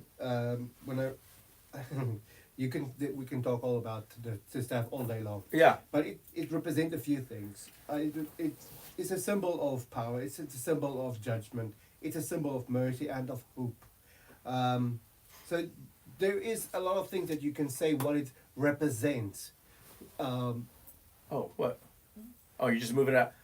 Just turn it like, no, like. I'm good. Okay. Oh yeah. So the rod is more than just a staff. It is much more, and I think we are getting into it, and I like it. Yeah. No, it's amazing once we start going through there. So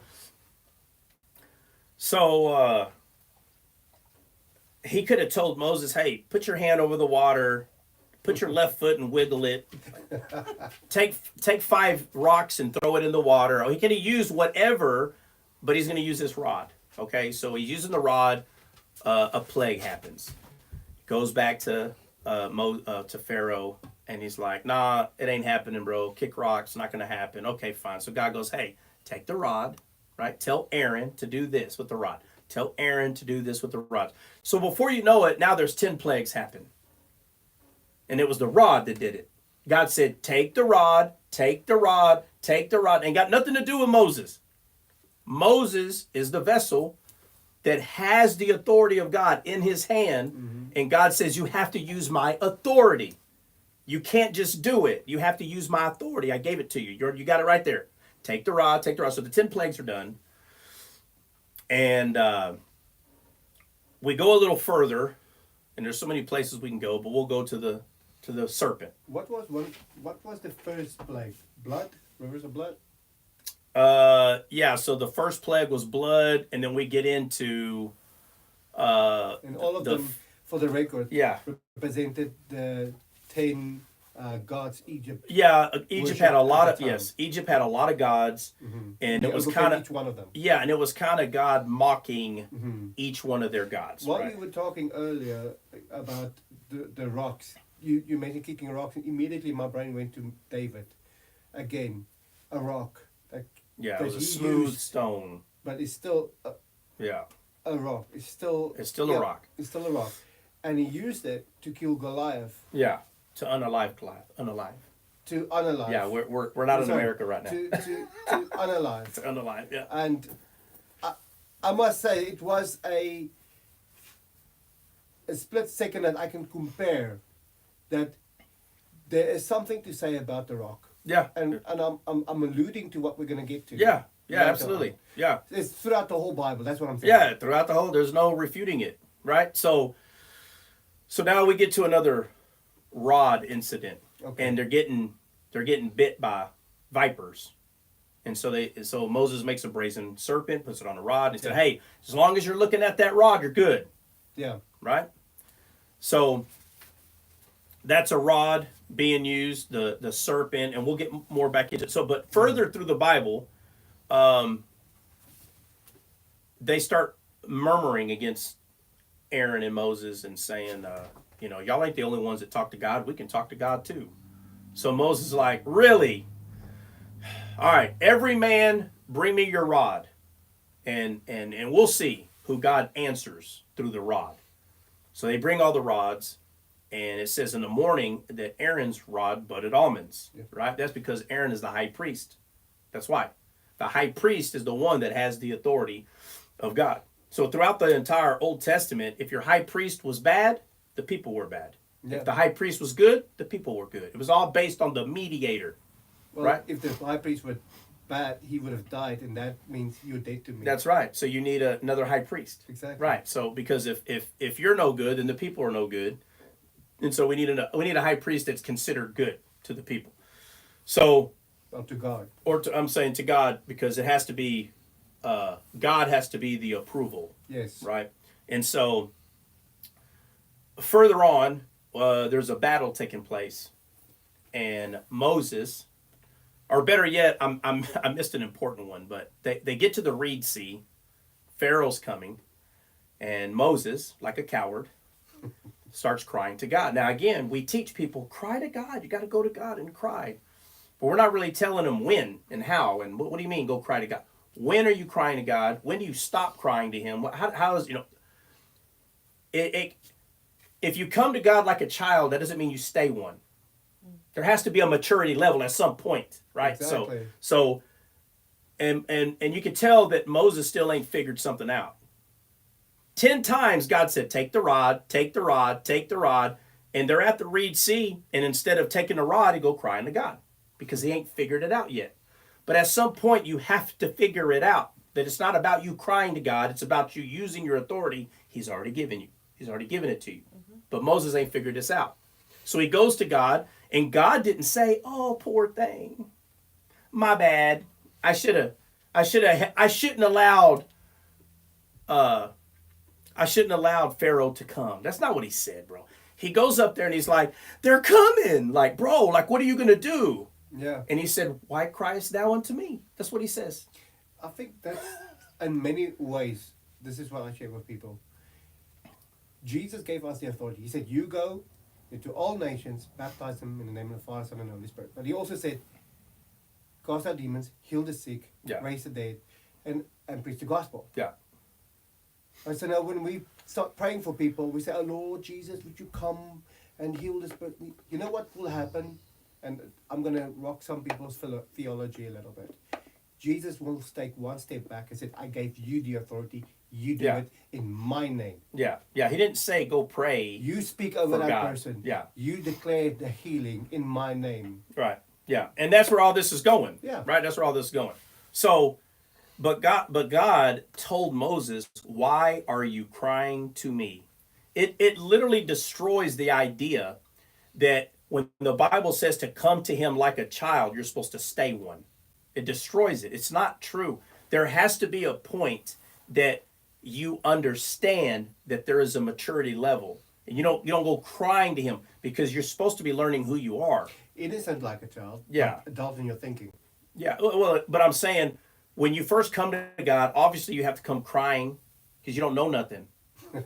I don't know what I don't know. You don't know what you don't know. So you go crying to him, and then little by little he starts maturing, right? Paul said, when I was a child, I spoke as a child. Yeah. Now an adult, I speak like an adult. And then he calls out the people that are very immature in the word, and he said, golly, you're still like babies.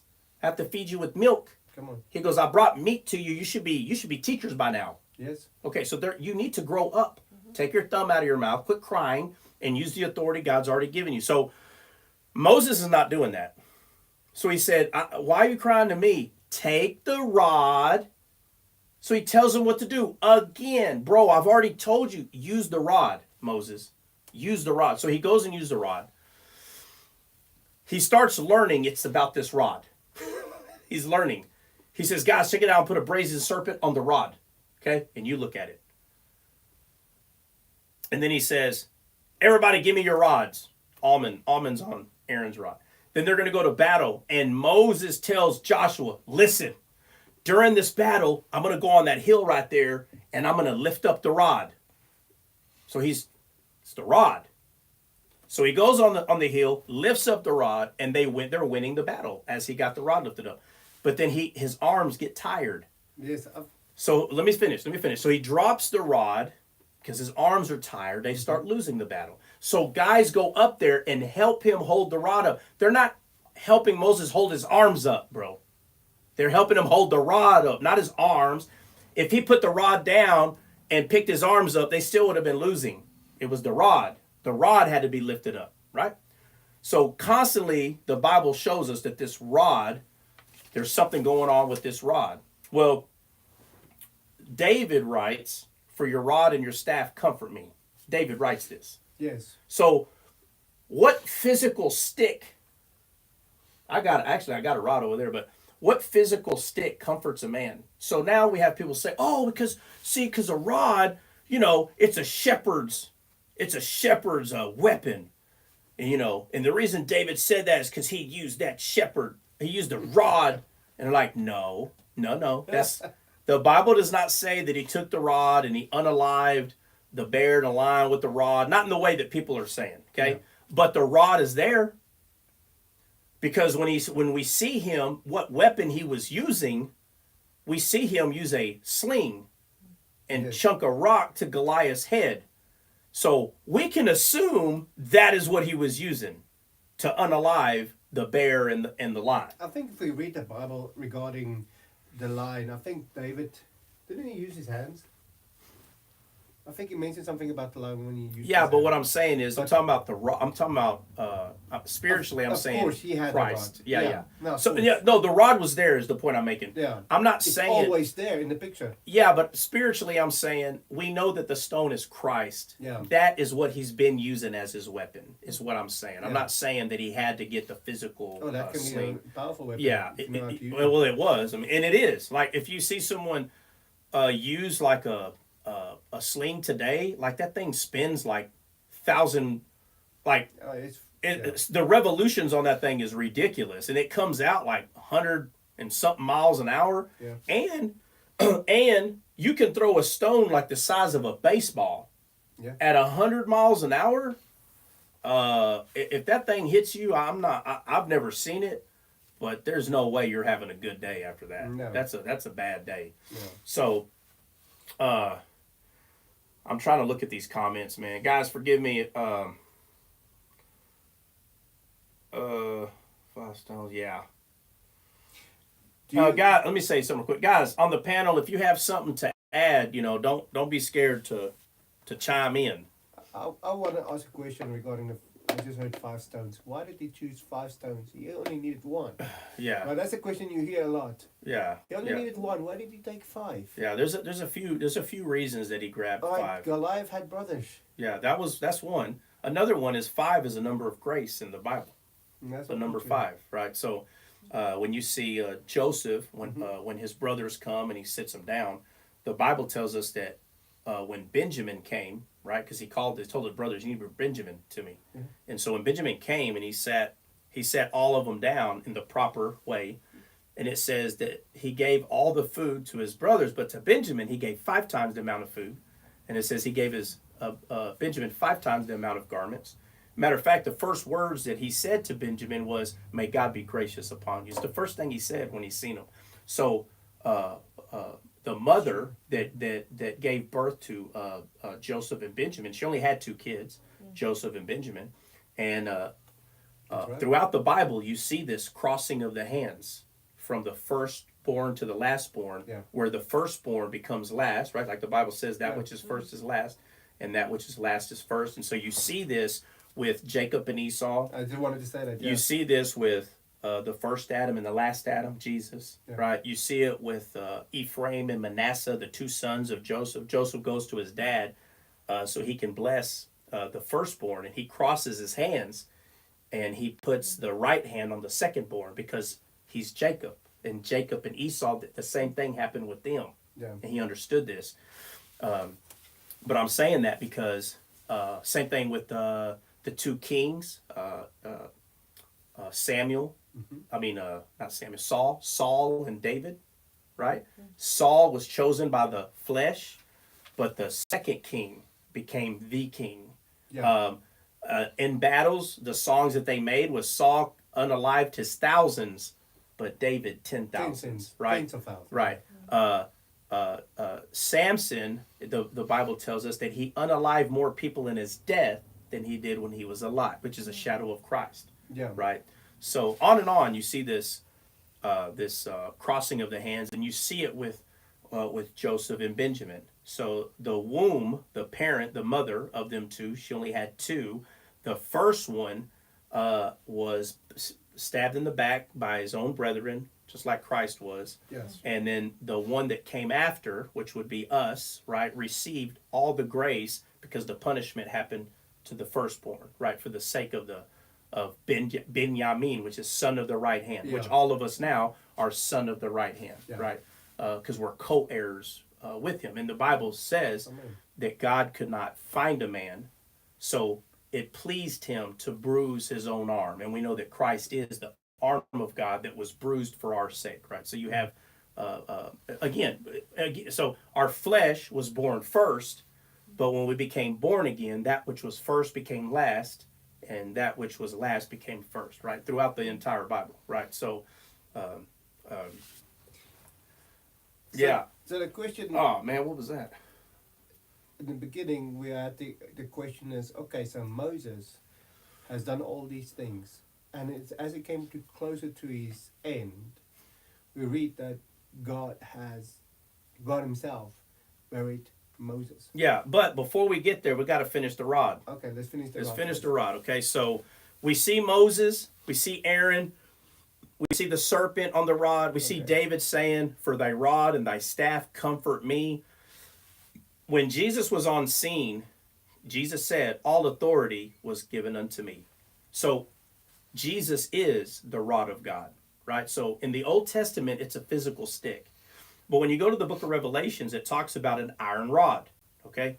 The Bible tells us that iron sharpens iron. This is talking about a spiritual thing. So the rod is no longer a physical rod. That was a shadow of Christ the entire time. So the rod that Moses held was a shadow of Jesus. Yes. Everything happens because of Christ. So now on this side of the cross, all of us have the authority of God because we have Christ living on the inside of us. Christ said, he said, "You are in me and I am in you, but I'm in the Father." Right? Yeah. And the place that he's in is the bosom. The Bible tells us that Jesus came from the bosom of the Father. It's interesting that we talked about Moses putting his right hand in his bosom. This was the right hand that held a staff. Yeah, it was. So that he would, we said just now that Jesus is the right hand of God. Yeah, yeah, because it represents servitude, who you serve, right? Yes. And when you look at the story of God in the entire Bible and you study his sides, his head and his feet and his sides, his front, his countenance and his back, you'll learn that his backside is his curse side. That's why when Moses said, "Show me your glory," at this point, we should know that Jesus is the glory of God.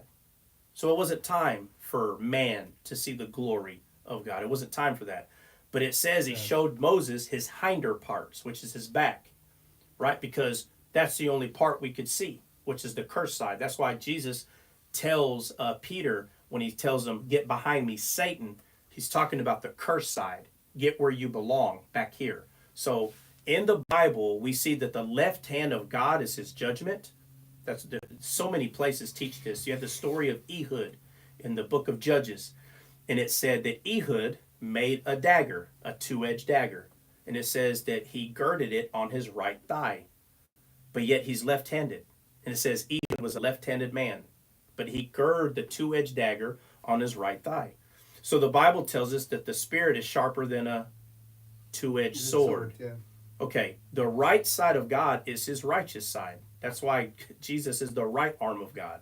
Jesus sits on the right side of the Father. So the sides and positions, the way the Bible, again, Jesus authored this whole thing. It was man that wrote it, but Jesus is the author. And so with that being said, in the story of Ehud, it says that he goes to Eglon, who is a very fat man, by the way, but this is talking about a different belly, right? There's two bellies in the Bible, and Paul says that these people who are haters of the cross, and it says, for their belly is their God, right? So this is talking about someone who worships their feelings. They worship like their emotions. It's like the soul. That's where your emotions are, basically, how you feel like. Yeah, so the soul is the real you. Yeah. Right, but your soul doesn't have irrational emotions. It has proper emotions. So your physical body is where irrational emotions come from. Mm-hmm. So like if someone was to give you bad news, and instead of you standing on the word, you fall apart and start crying like a $2 suitcase, then that means your belly is your God. That means you worship your feelings over truth. So that's not related to food at all. Well, it can be. It can be because if you don't know how to tell yourself to stop eating physical food, then you're worshiping your flesh. Mm-hmm. That's the outer belly. But when Jesus said, "Believers in me, out of their belly will flow rivers of living water," that's referring to what is true, the truth. So there's two bellies. There's two of everything in the Bible. So we're talking about Ehud. So Ehud. He's a left-handed man. He made a two-edged dagger. He girds it on his right thigh, not his left side, his right side. And it says he comes to Eglon, and Eglon was a very fat man. So this is representing a spiritual man in front of a carnal-minded man. Okay, and he worships himself. It even saying he's sitting down. Okay. But it says that he tells Eglon, "I have a message for you." And of course, you can tell that Eglon understood this as, this is not good. So it says that Ehud unsheathed the dagger with his left hand and stabs him in the belly, and it says the dirt come out. And that has a huge meaning. The dirt came out. After the person that stabbed Jesus in the back, what's the guy? Judas. He hangs himself, and the dirt come out, right? And people say, "Oh, that just means he used the restroom on himself." Not in the Bible, bro. Not in the Bible. The Bible's very specific for a reason. And so when the serpent, after Adam and Eve fell, it says God said to the serpent, "Because you have done this." I don't understand what's so hard about this. God blamed the serpent. He didn't blame Adam. He didn't blame Eve. The consequences is one thing, but the blame of the fall was on the serpent. Yeah, but you see, we blame Adam. Well, we blame out of a mistake. People blame Adam, but when you can tell the truth that no, and I blame Adam too, playing around. But I understand that the serpent did it because God tells us that. Well, quick thing on Adam. I used to be very angry at Adam growing up. And I'm like, how could you? Yeah. How could you? But then the Lord in His mercy explained to me, saying, "Listen, no one has ever lied to Adam before, ever. Or Eve. Then don't know what lying is. So when they hear this snake speaking to them, first of all, they were not freaked out, okay? Yeah, it was a snake. A snake speaking to them. They were not freaked out. All right? Number 2 is God made everything good. So why would the snake lie to them? They don't know what lying is until they took off their fruit. Now, people say it's an apple. We don't know what fruit it is, by the way. Now, long story short is they didn't know any better. But that you can preach on it as well, saying that if you don't know what the word says, what God says, you will add to it. And Eve said, no, God didn't say, did say we can't touch the tree. Well, God never said you can't touch it. He just said you can't eat of it. So Satan will use that in his advantage by, that's why we have so many different beliefs in Christianity alone. Yeah. But that being said, long story short is they didn't know any better. Yeah, but So they were lied to though. That right? caused me to not be judgmental on them.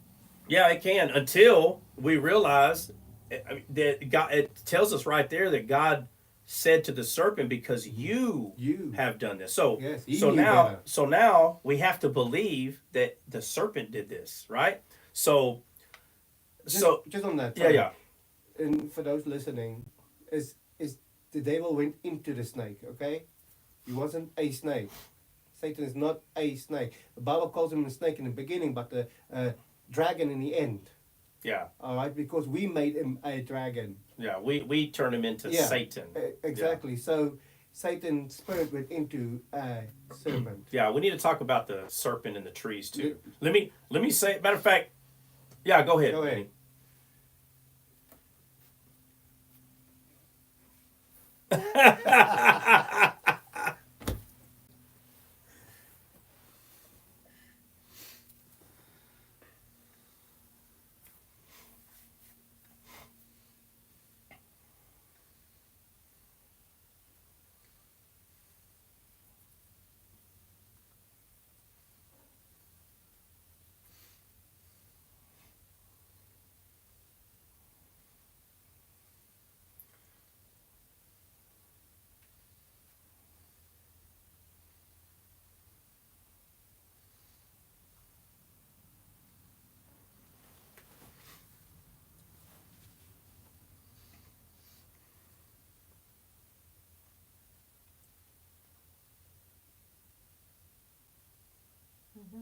Yeah. Mm-hmm. Yeah, because remember, these are trees. Yeah, well, right? Also remember the Bible was only written long after Adam and Eve, so they were just living. And I agree, it's spiritual too. Yeah, that's spiritual. And yes, that is true. You can come up for that's a good valid point. Yeah.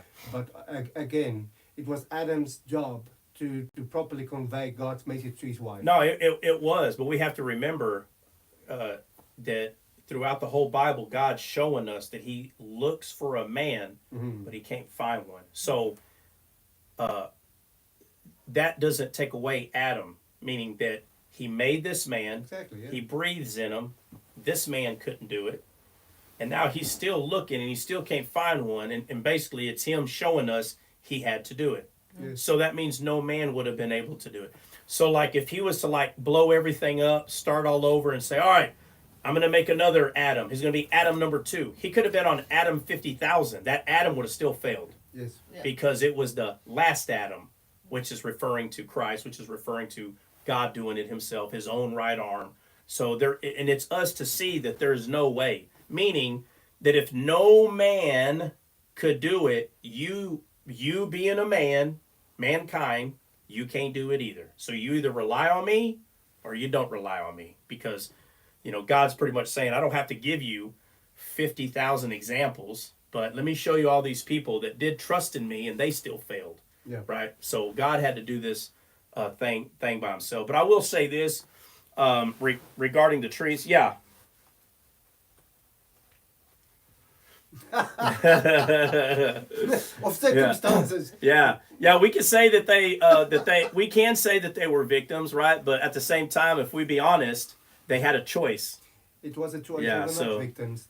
Yeah. So if they had a choice, then they can't blame God that they failed. They can't blame anybody because they didn't have to make that choice, but they did, right? So Exactly. Satan offered a false treasure, a false promise. yeah, You will be like God if you only do this. yeah, and they were already like God. They were They're already like perfect. God. They're Perfect perfect. in every way. And so I'll say this about the trees, and I'll say this about the serpent. This is when you start getting like, and we're kind of going to be getting deep anyway, so I don't mind going there, but I don't want to lose focus that we are talking about the rocks. Yeah. But in order to talk about that, you can't leave the rod out. No. And there's a lot of things you can't leave out. But so I'll try to run through this very quickly, and you can meditate it or whoever. I know people heard me talk about this before, but so in the New Testament, Jesus heals this man from blindness, and he says, Jesus asked him, "What do you see?" He said, "I see man as trees," right? And so people will say that Jesus didn't heal him right, and he had to, try again and to heal, to do better. But we see a lady that touched Jesus's garment and receives a healing, and he's like, "Hey, whoa, who touched me?" And he said he felt virtue leave his body. Yes. That means he didn't push the virtue out; it left. He felt it leave. Yes. He didn't push it out towards somebody. But the point is, so what we're saying now is Jesus doesn't have to try, but then we talk about him trying and he fails. So basically, if he's not trying, he can heal. But when Jesus tries to heal, he fails. That doesn't make sense. Mm-hmm. Jesus didn't fail when he asked the man, "What do you see?" That's wrong. What it is the man told him the truth. And yes. People don't understand that we are trees. The Bible calls us trees. Jesus said, "I'm the vine and ye are the branches." So if we're branches, then we're spiritual branches. We're not physical branches. Oh, how can you be planted next to rivers of living water? Yeah, how? If you're not a tree, right? So when we go back to the garden and we see the trees and we think that they're trees that we see in this world, we've already missed what the Bible is trying to teach us. Trees are angels. That's what they are. They're angels. And the fruit is words. And the deeper the root, the more nutrients you get. Right. So when the serpent is being blamed, says, "You have done this," and we're not understanding that the trees are angels, then we're not understanding what the serpent is then. Because if it's not physical trees that bear physical fruit, why all of a sudden is the serpent physical then? So the Bible tells us that we are spirit, soul, and body. So if we are a tree and the inside of us is a spirit and a soul, and the Bible says that, talking about Lucifer, that he was the beautiful cherub, and it says, "Until iniquity was found in you." Mm-hmm. So God didn't put the iniquity there. No. It was found in him. And by the way, angels has free will as well. They have choice. Angels have a choice. So when Lucifer said, "I want to sit on the mountain of God," iniquity was found in him by choice. But God didn't give angels a dominion and authority over the earth. Man had dominion and authority. And this is hard for a lot of people to understand, but angels didn't have dominion and authority. So without it, you can't rebel against God. You can have the thought, which we go all the way to Paul, and Paul tells us that first you have to think of something, and it's going to conceive, that your thoughts are going to be a seed, and you're going to water it, and it's going to produce sin. Paul tells us that it's a thought first. Jesus says, Moses says... James. Huh? James, actually. No, Jesus. I'm talking about Jesus, though. Oh, well. I'm bringing up multiple things. Yes, so Jesus says, Moses said, if you commit adultery, you sin. But notice that Jesus is talking about the fruit. Yeah. Right? So when Paul says, first you have a thought, and then that's watered, and then it conceives sin. Sin is the fruit. Mm-hmm. But the one that came first was the thought, which is the seed that gets watered. Well, it says, by their fruit you will know. Right, by their fruit. So when Jesus says, Moses said, if you commit adultery, you sin. And Jesus says, I say, even if you think about it. So when Jesus points to the fruit of sin, talking about Moses. Moses is pointing to the fruit. Jesus came to show the root. Yes. Right? So it's a thought. It's all about a thought. So when Satan had the thought, he wasn't able to produce that fruit. He had to have man's dominion in order to actually do it. He had no authority. He had no dominion to do it. Yes. That's why when the one angel said to Satan, the Lord rebuke you, that's because he didn't have the authority to rebuke. So let me say this last thing. So there's people that will teach you today, they'll say things like, "Oh, I don't rebuke Satan. Oh, no, look, even the angel couldn't rebuke Satan." They'll say this today, and they'll say, "Oh, no, I say the Lord rebuke you." And I'm like, no, a dominion and authority was given to us to rebuke Satan.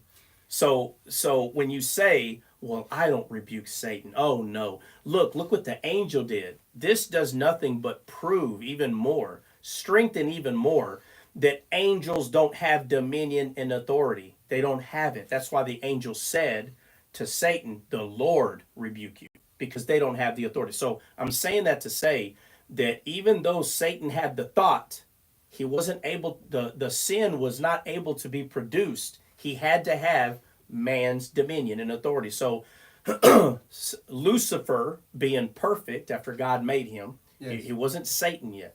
So the thought that he had, which was the bad seed that he was watering, it couldn't produce.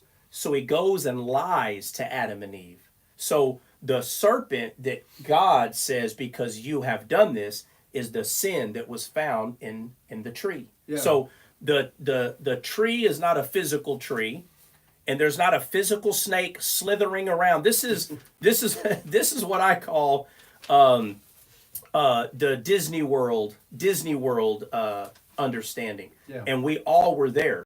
Do what? Yeah, the fairy tale land, right? Fairyland. But the thing is, though, we have to learn at some point, at some level. So when we're young, Trot. So when we're young and people is trying to explain to us what has happened, like from the very beginning, it's not wrong to say trees, serpent. That's not wrong. What's wrong is we don't mature in the understanding. That's what becomes wrong. But it's 100% correct to explain it to a child this way. It just becomes wrong when we don't believe that there's not a growth process, and there's a growth process. I mean, you can go a lot further than that. I mean, and it doesn't bring you any closer to Jesus, right?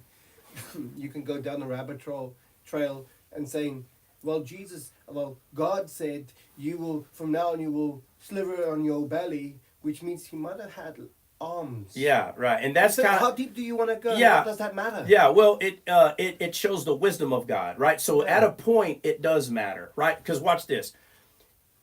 If it shows the wisdom of God, that means it does matter because it's showing God's wisdom. But if it's not showing God's wisdom, then it doesn't matter. And let me show you what I'm saying. So I'm saying all that to say this. We talked about Ehud stabbing Eglon and dirt came out. We talked about Judas. We talked about, no, you're fine. We talked about Judas hanging himself and the dirt came out. On and on we hear this. In the New Testament, it tells us that devils search out what kind of place? What do they search for? Y'all remember? Resting place? Huh? Resting place. Well, dry places. A dry place. No, it goes into dry places to find what? Yeah, but what are they resting in? Dry places. Dry places. Yeah. Okay, because there's two soils. You have a heart that is dead, desolate, barren, and then you have to have a new heart, which comes from Eden, flourishing heart that has living waters. Yeah. Right. So you go from death to life. Yeah. So it's not a coincidence that the Bible describes that there's two kind of rests in the Bible. Some people seek rest in death, and others seek rest in life, in Jesus' life. That's why he says, choose me, right? I set before you life and death. Choose life. Okay, so now understanding this, and I didn't even go over half of it. Now, all of a sudden, God is pointing to this serpent, and he says, because you have done this, he says, to the belly may you go. Now, we've already talked about the two bellies. You have a physical belly and you have a spiritual belly, which is the two different wills. Yeah. You have the will of God and the will of yourself. Yeah. And this serpent, which is talking about Will of man, Lucifer, yeah. chose his own will. And the serpent said, God says to the serpent, to the belly you may go. Again, if not careful, we're still in Disneyland thinking. Then we think that this serpent has arms, and now we look at a snake. The Bible's not talking about a snake. It's talking about a serpent. Yes. Okay. So he says that we see snakes and they go, look, snake's on its belly, because it's said right here. But he says, to the belly you shall go, and may you eat dust all the days of your life. So we see a snake and we're like, see, his mouth is so close to the ground, he's eating dust.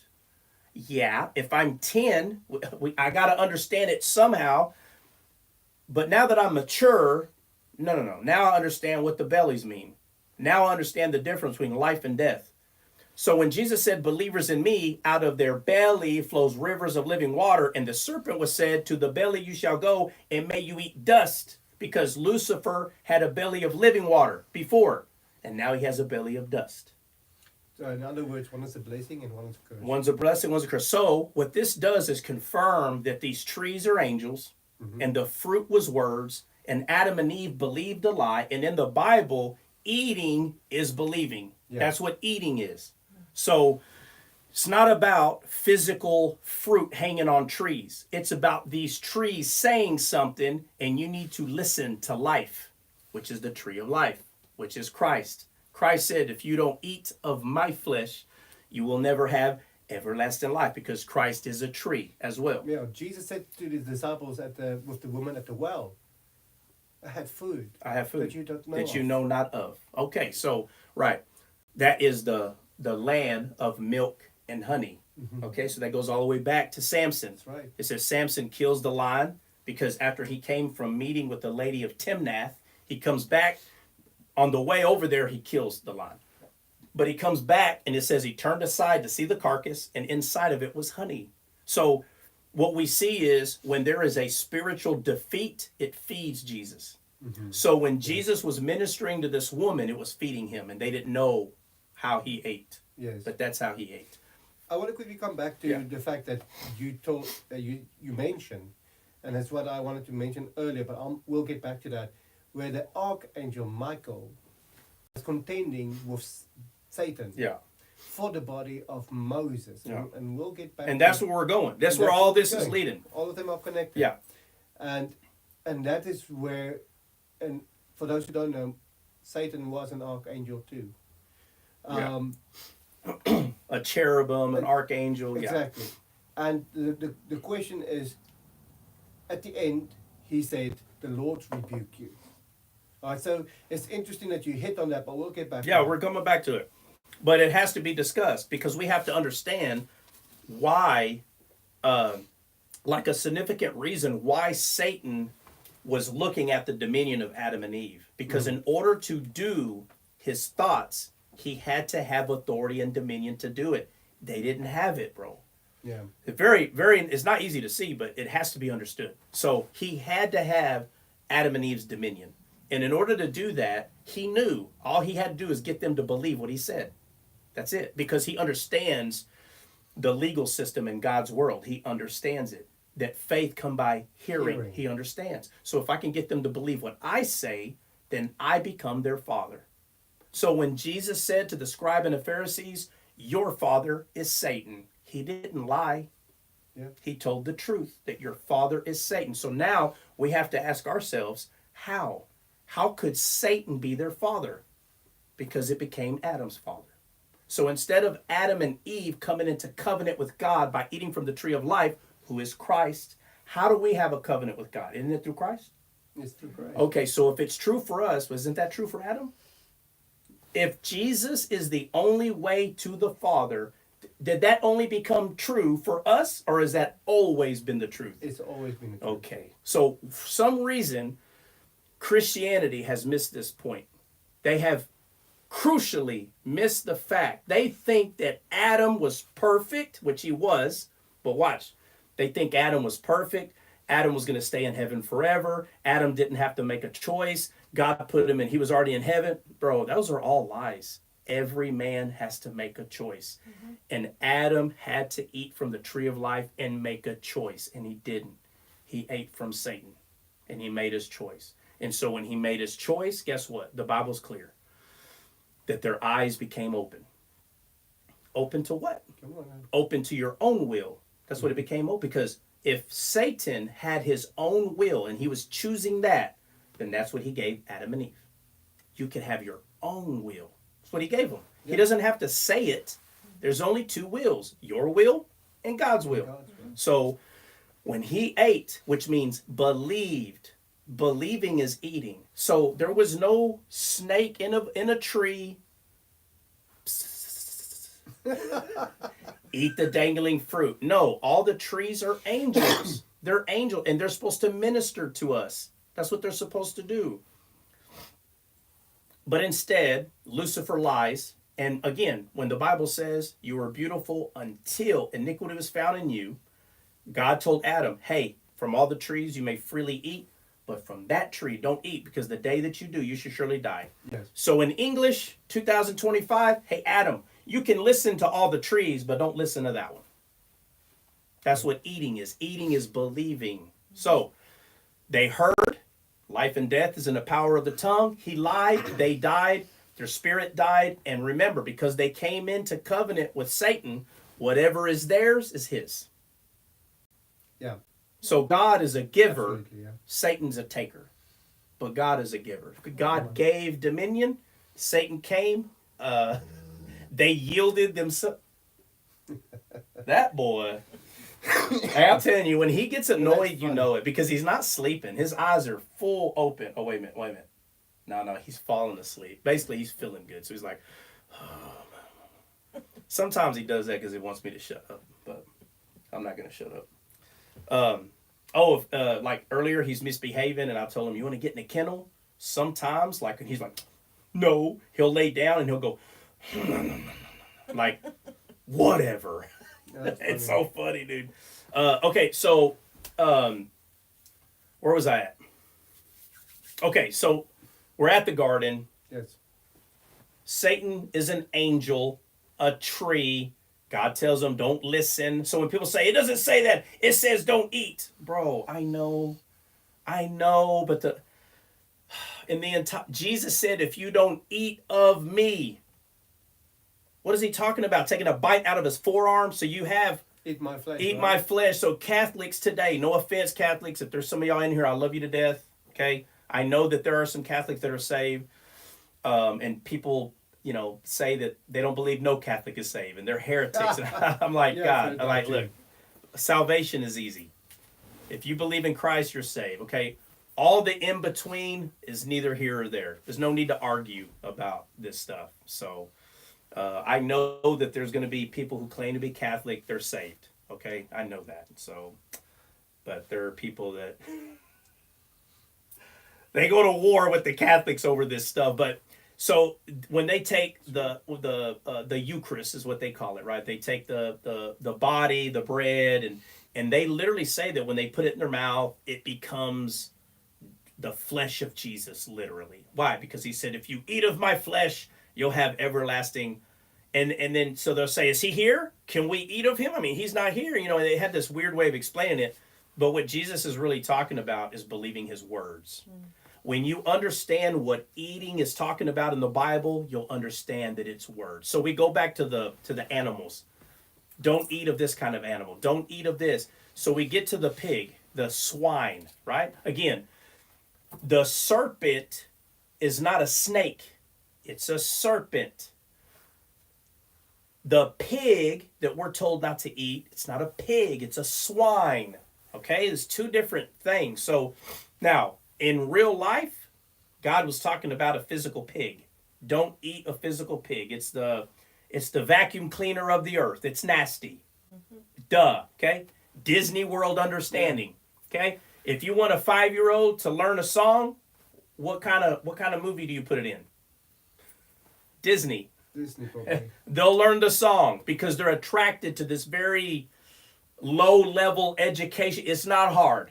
There's a song. The girl is sad. Let it go. Let it go. It's not hard, bro. It's not hard. But when you become mature, now again, I'm not making fun of the parents in here. I understand if you got kids, you still watch Disney. Now, my favorite Disney movie is Beauty and the Beast, and my favorite character is Gaston. Okay. He's a manly's man. My favorite character.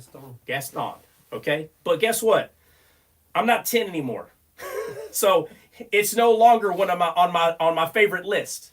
Okay? Now my favorite list is Shooter or the one with Bradley Cooper, American Sniper, right? Okay. These become like a to-go-to list, like Gladiator. But when I was 10, it was Beauty and the Beast, Gaston, kill the beast, right? Very simple. That's all right. fine. But at some point, there has to be you have to mature out of these things. But coming back to the flesh part. Yeah. I don't know how many debates has there been over the centuries. I mean, lots. What, you talking about the Eucharist? No, going Oh. back to the flesh. What part? What? When Jesus did Eat my flesh. The Last Supper, right? Yeah, yeah. He's- Oh, okay. You're talking about broke the do this bread. in remembrance of me. Yes. Yeah, yeah. He broke the bread. Yeah. So obviously, he wasn't talking about his own flesh literally. It's spiritually. Yeah, no, but listen, they say, if you bring this up, and that's why I'm saying, don't bring this up to a Catholic. It's like starting an argument with a woman. You're not going to win. You're not going to win. Listen, I tell my wife all the time, I win every argument. And then I turn around with a grin on my face because I might win 1 out of 100. You win it with her permission. Exactly. That's right. She let me win. But if she lets me win, I won, right? But not really. But yet I did. But then again, not really. And then you feel guilty for winning. Yeah, that's right. And then they make you think you did, and so you believe you did, and therefore you did. But then deep down, you're like, wait a minute, but did I? Did I really? See, you don't know, right? But again, you don't start an argument with a woman. We all know that. What's bad is that when they start one with us, you know you're already lost. Yeah. Because now we're in an argument, and we've already came to the conclusion we don't win arguments. And she started an argument. So now we really get mad because, like, well, she already knows I'm not going to win. Why would she start one, right? But the point I'm making is there's a lot of things that we can say that we know and we don't know. But I'm telling you, when it comes to the Bible, he makes it very easy for us to know.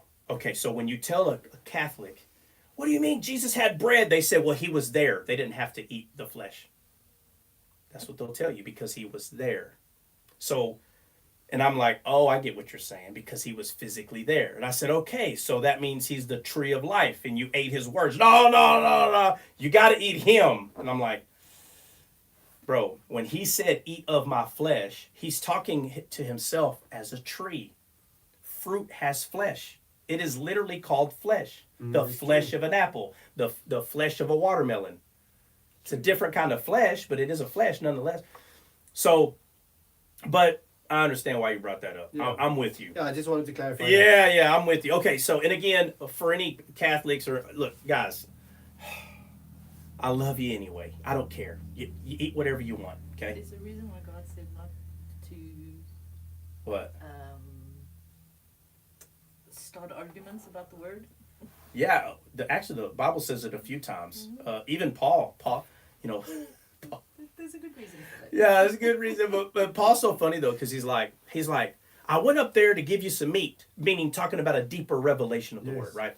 And he's like, but y'all are still on milk like babies. He said, you're still carnal. He goes, are you not still carnal? And he says, for you have envy and strife for one another. Are you not still carnal? And that's just one. There's a few places in the Bible that tell you, guys, if you want to sit down and reason with one another, that's what it says, right? Come together and reason. It doesn't say come together and argue like an imbecile. That's not what it says. So that's why on this live, there's none of that. But if you get on TikTok and you go to people's lives where they're talking about like Christian stuff, 90% of the time they're arguing and fighting over what they believe. And it's like, like I'm not going to point the finger, because what if 5 years from now they stop doing that? What was the point of you arguing with them then, right? What was the point of you saying, hey, blasphemy? Like, what's the point of that when you trust the Spirit, and more than likely they are saved, they're just immature. So what's the point of letting them know how you feel? Because when they mature, they're probably going to remember how you mistreated them, and you claim to be mature, and yet you mistreated them when they were immature. They're probably not going to come around. You know, I mean, it's the same thing. Jesus didn't heal everyone. He didn't correct everyone. Only those who came to him got healed. You know, so there's you can take it many ways, and I agree. You're gonna burn yourself out. Yeah, definitely. Yeah, so there's still people complaining about the sound, but we're just gonna leave it the way it is. Yeah. It'll be fine. Let me find the person that said that though. Oh, that was Dre. Yeah, Dre. So I don't know what happened on YouTube. Or are you saying TikTok too, Dre, or just YouTube?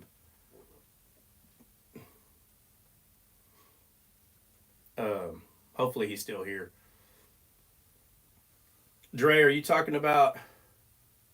No, YouTube only. No, I know y'all hear me just fine, but listen, YouTube, I don't know how to explain. Okay, JY, you see this mic right here? Jay? So this mic is I have my phone connected to a system. So it comes in like a podcast, like real crisp, nice. Usually my iPad is hooked up to the system, to the same system. I have it hooked up. I'm looking at all the cords right now, and it's turned up. I don't see what's hindering it from using this system. But what Dre is saying is it's not connected to the system. He's saying that it's just the little speaker on the iPad is what's picking us up. You understand? So it's not. Go ahead. No, go ahead.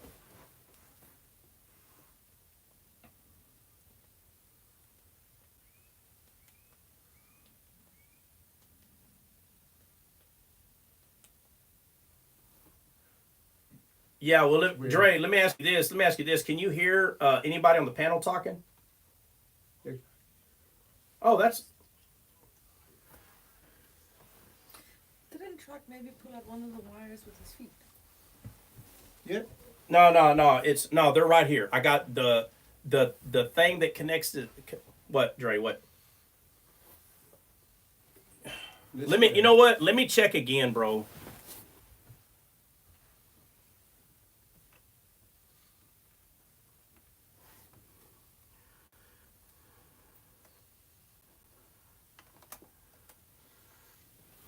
Yeah, no, I did plenty times, and it's just I don't understand what's wrong. No, I did. Yeah, Okay. no, you have to understand. I've known that from the beginning. Like we know, I don't know what's wrong. So remember, I told you last time it was because I didn't have the volume up.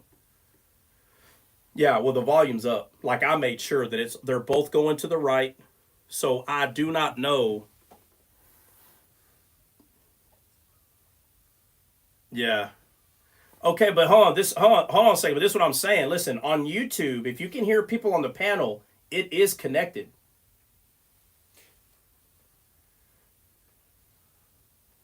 Oh, man, I just asked you. You said yeah.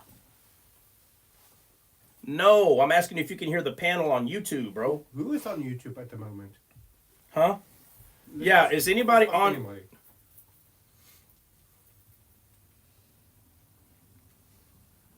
No, I know. I'm saying there's other people. Yeah, all right, never mind. Because what everybody's doing is, oh, we can hear you, but that's not what we're asking. We're not asking if you can. Go ahead.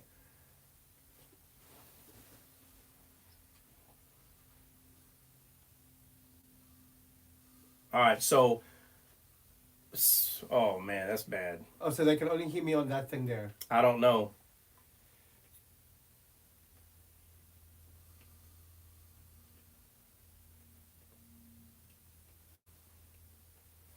Okay, so it's picking us up. Okay. Yeah, it's not picking up the people. We can hear them, Okay. but like if somebody was to go back and listen to this, they're not going to be able to hear. They just hear me and you talking. Okay. Which that's fine. That's fine. I don't know how. That's so weird. It's hooked up to everything. It's weird. Yeah, like dude, I do this every morning. Do what, CJ?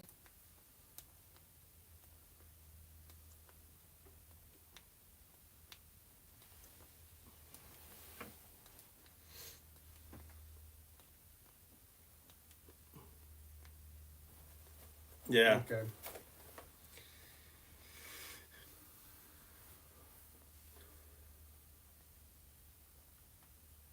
No, I know. I no. There's no way, bro. Like this, I've tried it all. It's not.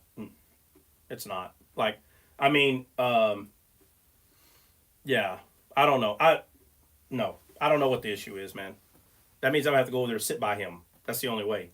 Like, there's no way to get this to pick both of us up. So it's all right. Like I said, man, kinks are gonna happen. I'm not what? So it happens. It happens. Oh well. We're just gonna let it ride, man. I'm not tripping. Not worried about it. And what's crazy is I don't ever have this problem.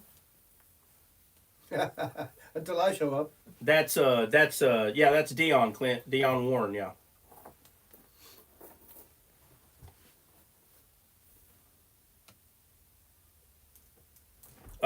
So I'm doing the same thing I do every morning.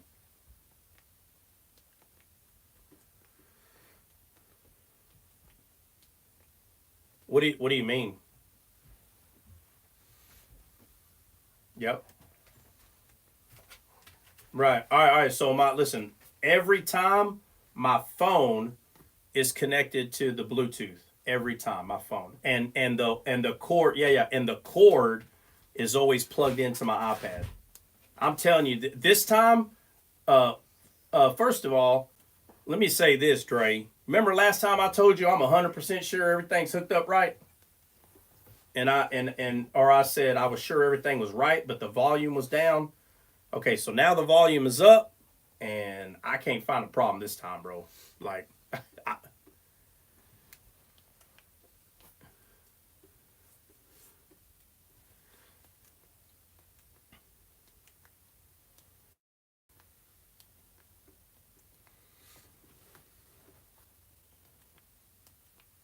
yeah, we're just gonna continue. It's no big Okay. deal. It's not a big deal. Yeah. Anyway, all right. So where are we at? I think we were done speaking about serpent. Oh yeah. So we went to the and serpent, food. right? Because the serpent, remember, is symbolizing sin, which we would consider to be the inner part of Lucifer. Yes. Okay, because Paul says that first, basically, what he's explaining is first you have a thought. Like sin doesn't just come out of nowhere. First you have a thought, Yes. and then you water that thought. And he basically says the outcome of that thought produces sin. But that's what the book of James talks about in the first chapter. Oh, my bad, James. I keep saying Paul. Yes. Yeah. I keep saying Paul. I'm sorry. James explains this. Matter of fact, Paul actually does talk about it too, but it's not like that. Yeah. But my bad. I'm talking about. Do what, CJ? Yeah, no, Paul does talk about it, but the one that I'm bringing up is actually in Book of James. So but Paul does mention it as well. What were you going to say? Yeah, no, he puts it in that order, Yeah, basically. he does. You're right. It's in the Book of James. I apologize, but Paul does mention this. Yes, He just he words does. it a bit different, but they're both saying the same thing. They're in agreement. So, but because we understand this, and we understand that trees are angels, and we understand that we are trees, just like the angels are trees. Jesus says, "I'm the vine, and ye are the branches," and all these things are talked about constantly. So when we see the serpent being told, because you have done this, so automatically we separate the serpent from the tree, not knowing that it's the inner thought. It's sin that was in Satan. So he's pointing to the sin. So the sin has to be dealt with now, because now that sin, that way of thinking outside of God's will, had just entered man now through Lucifer.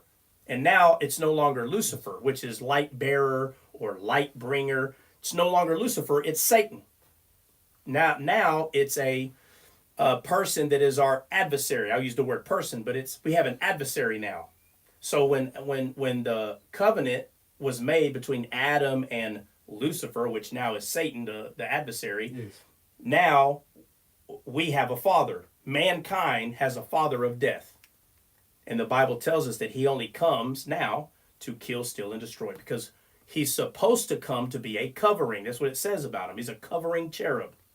All of us are supposed to cover each other with Christ. Yes. All of us are. But instead of him covering, he starts accusing us. But first, in order to do that, he has to have dominion. So we become unalive. We listen to him instead. The spirit dies. Now all mankind, right? Paul tells us through one man, death reigned. But through this other man, talking about Christ, the last Yes. Adam, because he's a quickening spirit, we have life now through Yes. this one, right? So both gave us a gift, and we didn't earn either one of them. Well, he also say choose life or death. Choose life or Choose death. life. And you have a choice at this Yeah, point. Again, free will. That's right, free will, because it's always the same thing. You can listen to lies or you can listen to the truth. It's the same, nothing has changed. It's the same thing. So so now, because we're talking about serpent, right? And so now we're looking at in the garden, we're looking at the serpent. We're looking at the serpent still to the belly, you shall go, and may you eat dust all the days of your life. And now we know that demons look for dry places because to them, that is rest. It's not rest if they go into a garden. That's not rest to them because it's a different pleasant. There's two pleasants. You have the pleasantness of God and you have the pleasantness of your own belly, your own will. I have it a little different to me. When you cast out the demon, it goes into the desert places to find rest, as the Bible describes it. Right. And when they find none, they return to their house to find it swept clean. Now, of course, if you kick Satan out, you need to replace him. That spirit, you need to replace it with the Holy Spirit. Otherwise, you'll just move right back in. Right. All right, and then he go call someone 7 wicked demons more wicked than he. Right, but you're okay. So you're going through the rest of what Jesus is talking about. Yeah, but so we don't see it different. So what I'm saying is they go out seeking dry places. Look, in the entire Bible, the only dry place is a desert. Yes. Okay, is a land that is called barren, meaning it cannot produce. Yes. Okay, so now we have to talk about that a little bit. Okay, so many women in the Old Testament, many of them were barren, but yet they produced children. And it just so happens that the children they produced were the promise.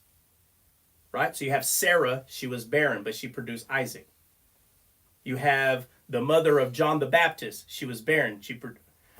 Even Mary was barren. Her name alone, bitterness, right? But there's many women in the Bible, many. Like I think there's 12 or something, where they're all barren. And it just so happens the child that they have happens to be the promised child, every one of them. That's because the Bible prophesies that Jesus was going to come from barren ground. He was going to come from barren ground. And so this is another argument that you have with the Catholics because they believe that Mary was sinless, right? But Mary was not sinless. Mary was a barren ground, which means Mary had to be saved herself. And they're like, no, how could something so precious come from a sinful body? Because it's called a miracle, for God's sakes. That's why. Well, if you want to go that route, look at where the lineage of Jesus. It's from Rahab as well. Yeah, from Rahab. It's from fallen man. Right, but all this is pointing to, again, there's two of everything in the Bible. It's pointing to a dry, desolate, barren ground and another ground that Jesus calls the good ground, and it's pleasant. And throughout the Bible, these grounds are called many things. Yeah. Earth, land, a fertile ground, right? But it's all talking about the word entering your heart. So when it says that if you cast out a demon, right, and they go searching for dry places, they wouldn't go searching for wet places, because from the very beginning, the serpent was told, to the belly may you go, and may you eat dust all the days of your life. So they only see rest as desert. That's their rest. The choice, when the Bible talks about reprobate mind, it says that he will give you over to it. Meaning your reprobate mind, your choice to live your life without God, he has to give you over to it. So when someone chooses not to live their life with God, we cannot make the final decision. The judgment has to come from God. So when a person chooses to live their life without God, at the very end, God knows when that choice is final and he gives it over. Mm-hmm. He gives it over. So when he says to the serpent, to the belly you shall go, meaning you've made your choice. Paul talks about this belly. He said these are antichrist.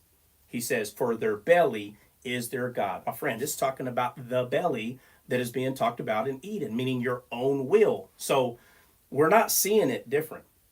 We see when Jesus is talking about you cast out a demon and then you clean the house. That's another subject on its own. I'm talking about but I'm talking about the fact that Jesus is telling us where devils seek dry places because they themselves are dry. They don't have living water on the inside of them. They're dry. So, and that's very important to understand that, because all of us were dry until we received Christ. And Christ said, believers in me, out of their belly flow rivers of living water. But when it's talking about the serpent, he tells the serpent, to the belly you shall go, and may you eat dust all the days of your life. It's talking about the dry places. Yeah, water and blood, everything. These are the right aspects of God. Right. If you remove God out of everything, now you will find right the opposite. Dryness. It'll be opposite. Everything It'll be opposite. dry. Yes. It'll be dry. It'll be dark. No light. Right.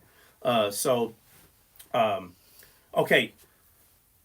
So now we're going back to, and we went over the rod, which is talking about dominion. We talked about Jesus coming, and he said, all authority was given unto me, and that's because Jesus is the rod of God. Yes. He's the rod. So all the time that we see these miraculous things happening with the rod, they were shadows of Jesus, because without Christ, you can do nothing. Jesus said, without me, you can do nothing. And so we see it true in the Old Testament, because it was a shadow. It wasn't the actual, but it was a shadow of things to come, and it was Christ. So I think, throughout the whole Bible, I would like to come again later and talk about Jonah. Yeah, we could talk. You can go deep in that. Yeah, you can. And you can. And the whole Bible is. No, absolutely. Jesus. Like I said, whatever subject we hop on now, y'all just let me know when you had enough. Y'all just let me know. If y'all get tired, want to go take a nap. But I'll say this right now. Are y'all getting ready to go? It's up to y'all. We can finish it. We can go through. We haven't even touched on Moses. No, we haven't, but we can. Yeah, let's touch on Moses for a minute. Yeah, all right. So we talked about the rod, okay? So let's go back to the rock, okay? Because this is where we started. Yes. So he's got the rod. So we went through the story. He's got the rod. So now we know that the authority is in the rod, okay? God tells him to strike the rock, and he did. So he strikes it. Water comes out. One thing we have to understand is Moses understands earning things. He has the law. The law says you either do good to get good, or you do bad, you get bad. If you want God to see you good, you better be good. So he understands earning. He understands works. So when God says, hey, I need you to hit the rock, no problem. I understand how to earn things. Whack, now I deserve my water because I hit you. And that's exactly what happened. So there's many levels to see that, but they get deeper and more true. They don't get deeper and further away from God. They get deeper and more true. So the surface level, he hits the rock, water comes. Yes. You get a little deeper, you start understanding that Jesus is the rock that water comes out of, because he said, believers in me, out of their belly. Then he says, if you want everlasting life, the water that I give you will give you everlasting life. That means that the water comes out of him. Yes. So here's the rock. Water comes out of him, but in order to get it, you have to use the authority that God gave you, which just so happens to be Jesus. Yeah, and Jesus said that to the woman at the well. Yes, he said it to the woman at the well. So that's the first rock. Yes. Okay. And we know that Jesus was struck by man's authority. You go look at the story of Balaam. Balaam sitting on a donkey. Yeah. And it says that he starts hitting the donkey with what? A rod. Okay, which is what? Man's dominion. So if the Spirit is trying to lead you in a right direction, you can choose not to go by using what? Your authority, and striking the Spirit and saying, no, I'm going to do this. And you will be able to do that, because dominion was not given to your spirit. It was given to man, right? In the book of Psalms, it says that that God's abode is talking about heaven. It says, but the earth he gave to man, right? So when he gave it to man, he took his own authority away from the earth. The earth is ours, but we're not going to be able to do anything unless we have Christ, which is the authority of God, right? But that was given to us. So dominion and authority is Jesus. Jesus is the dominion and authority of God. So That's right. so rod throughout all over the Bible, you'll see how man can use that dominion and authority to do what they want. Why? Because they have choice. So Moses hits the rock, does what God told him to do. And then, if you pay attention, after the second rock, he said, you did not do. He says, you did not trust me. You didn't do what I told you to do. Yes. And that's because he was supposed to speak to the rock.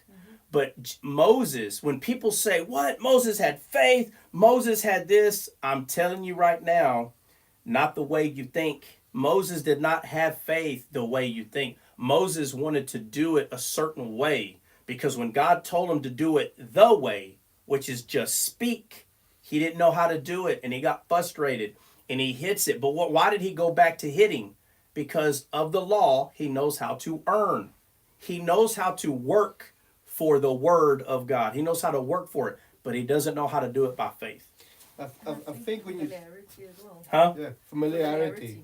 When faith Yeah. is what he knew. All right, but it's important that you understand what the familiarity is, which is the law. People will always go back to works trying to earn God because they're familiar with that. So when you're telling them it's not about the law, the old covenant, it's about the new covenant. And that's what was happening here. And Moses couldn't do it. And we're not done talking about Moses. There's a few more things. Let me just quickly get back to that.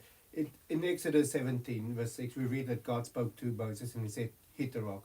Numbers 20, verse 8 through 12, we read that God spoke to Moses and said, you will speak to the rock. Moses didn't speak to the rock because out of frustration, as you mentioned, and anger and judgment, he hit the rock. So that is, again, emotional driven. Yeah, right. Which, again, is talking about the belly. The belly. Right, so the belly became his God. Go ahead, Benny.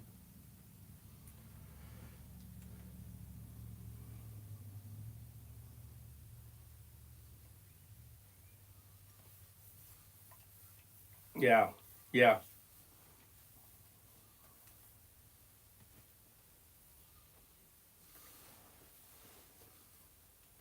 Yeah.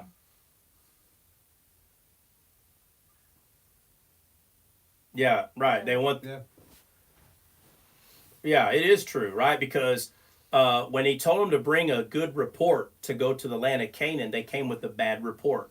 And they said, oh, no, we can't. Now, Caleb and Joshua said, oh, no, we take it at once. Yeah. But the majority of them, and remember, each tribe sent a person. Yeah. Because when that person came back, that's the only person they wanted to talk to.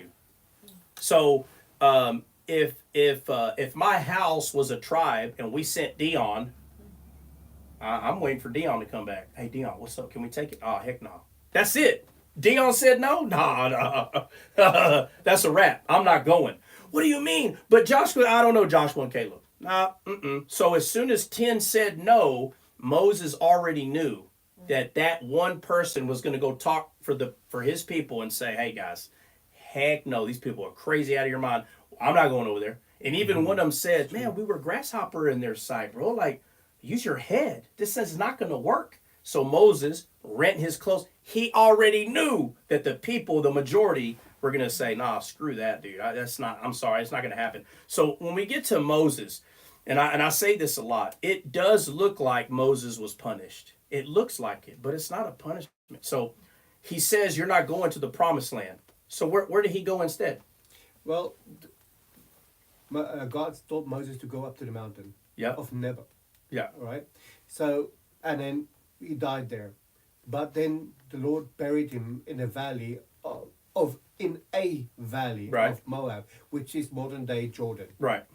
Right. So it doesn't say where in a valley. There's many valleys. I've been in Jordan. There is. But my question is, where did Moses go? This is the question that I asked. Yeah. Nobody knows. Okay, well, it says no man knows. That's what it says. It didn't say no spirit knows. It says no man. When you hear the phrase no man, it's talking about fallen man. It's not talking about saved man. So watch this. So just watch. So on the Mount of Transfiguration, when Jesus transformed, who was there? when Jesus transformed, was Peter? No. Other than the disciples, who was Oh. there? Elisha and Elijah Moses. and Moses. Okay. Where did Moses come from then? Well, Moses was in heaven. Okay. So when I ask, Moses. But you're talking spiritual. No, but that's very important. It's very important. So Okay. watch. It says that that God buried Moses Mm-hmm. and no man knows where he is. It's true. It's true. No man. But we saw him arrive with Elisha. So is it true? Is it possible that Moses was with Elijah the whole time? Is it possible? It could be. It could be. So now we know that Enoch walked and talked with God, and he was no more. Where was he at? This is what I do know. The Bible doesn't tell us that when Elijah and Moses got there, they were confused. They weren't on the mountain like, hey, what are you doing? Bro, where you been? That is not true. They knew exactly where they were. They knew exactly what they were doing, and they've been together this whole time. So when we talked about Moses put his hand in his bosom, he takes it out, had leprosy, puts it back in his bosom, his hand was cured. Bosom. The whole Bible talks about earth. And when I say earth, I'm not talking about the big ball. I'm talking about the soil. Mm-hmm. The soil that we walk on is called earth as well. Yeah. And he picked up the earth with his hand. Okay, so all the words that are used for that have to be acknowledged. Soil, Yeah. earth, land, desolate ground, right? Desert, inheritance, vineyard, garden. All these words are used for this. Yeah. And when you bury a man, you bury him in the earth. Or dust. The Bible, or dust, but it's talking about the soil, the land, the earth. Okay. So when we see the Bible talk about where Jesus came from, it says it came from the bosom of the Father, which is in here. Yeah. And then Jesus tells a parable of Lazarus, the rich man, and Lazarus. And it says that Lazarus was in Abraham's bosom. Jesus says, I am in you and you are in me. So we're either in him or not. And if we are, could it be the bosom that we're in? If that's true, if all these things are true, and I could talk about it for days, then when it says that God buried Moses, where did he bury him? Could it be in his own bosom? Because the possibility of that is huge after a while. When you keep going over this and it says no man knows where he is. No man. So watch this. So then it says that Satan fought for the body of Moses. So now we have to talk about what is the body of Moses? What is that? That's the $1 million question. I think.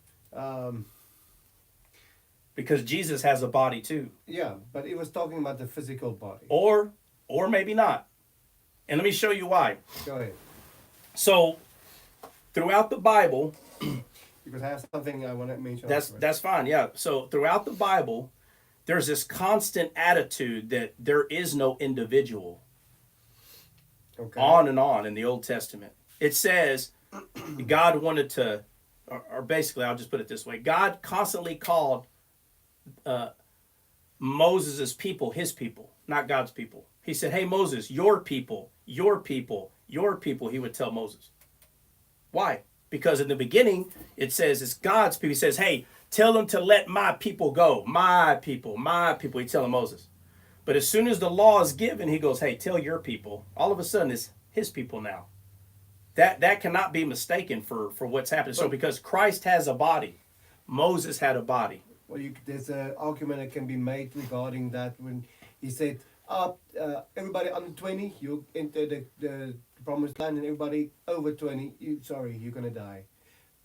You're gonna stay behind. You're not gonna be alive anymore. So Moses, your people. Okay, well, what verse are you talking about? What verse are you talking about? So, the exact verse. Yeah, because that's going to strengthen what I'm saying. It's not going to weaken it. Okay, I'm going to look it up. Let's look at it for a second. Where is that? Well, while you're looking that up, okay, it says that that Satan wanted the body of Moses, that he was arguing for it. That he was arguing for the body of Moses, right? Of course. Okay. But okay, let me Go ahead. Go ahead. To 2 Kings 13:21. All right. 2 Kings. Let's go there. 2 Kings.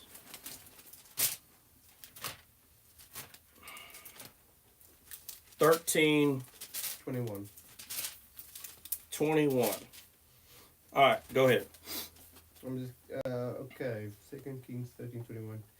And Elijah died, and they buried him, and the raging bands of Moab invaded the land in the spring of the year. So it was as they were burying a man that suddenly they spied a band of raiders, and they put a man in the tomb of Elijah. And when the man was laid down and touched the bones of Elijah, he revived and stood on his feet. Now the power, we know that Elisha got double anointing from Elijah. Yeah. Now, if the anointing was still with him after he died, imagine Moses Okay. and what Satan could do with that.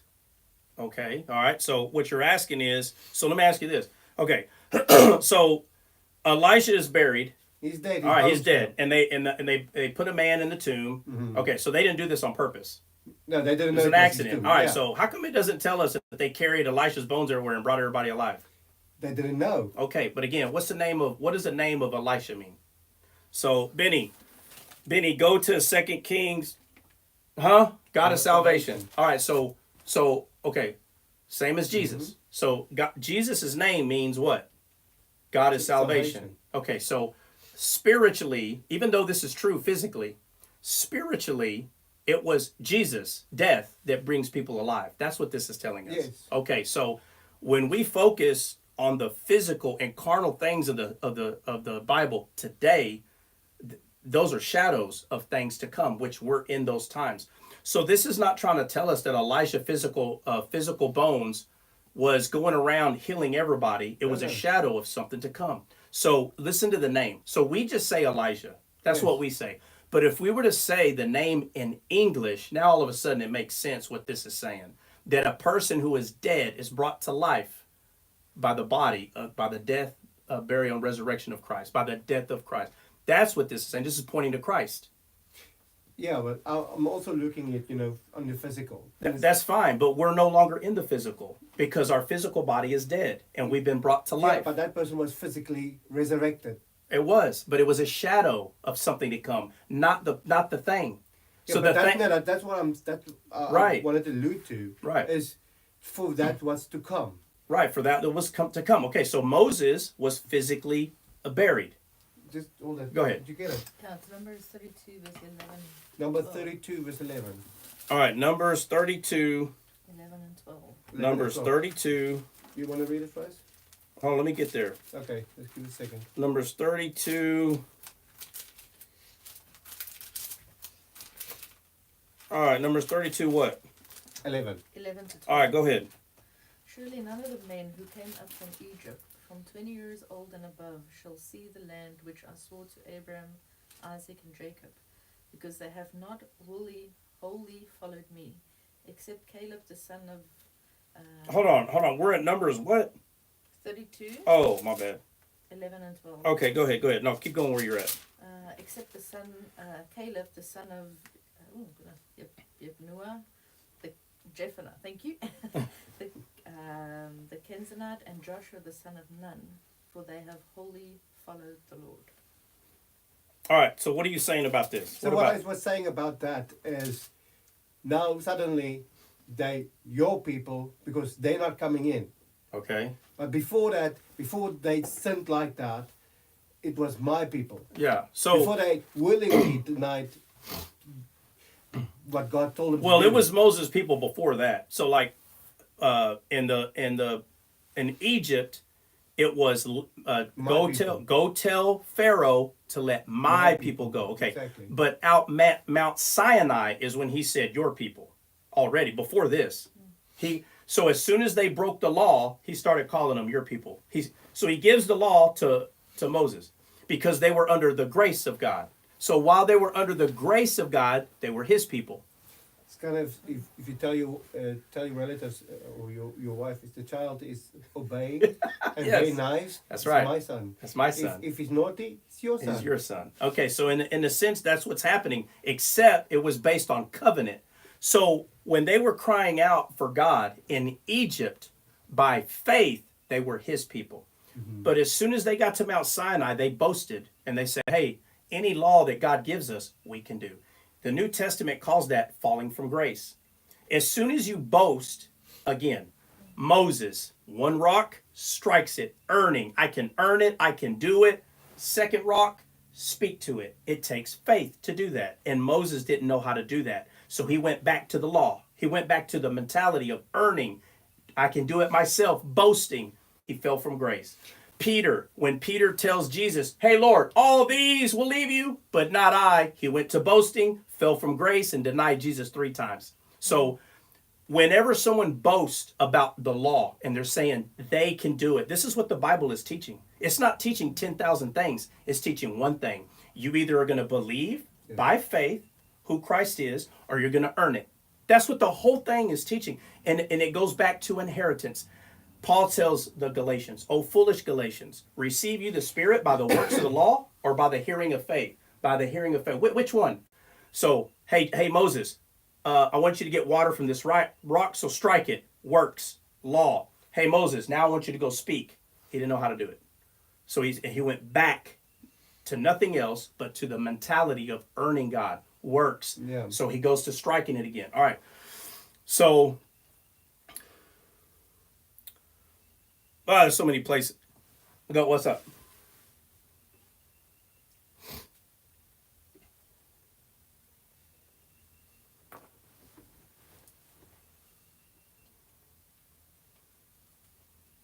Yes. Yeah. Right. That's exactly.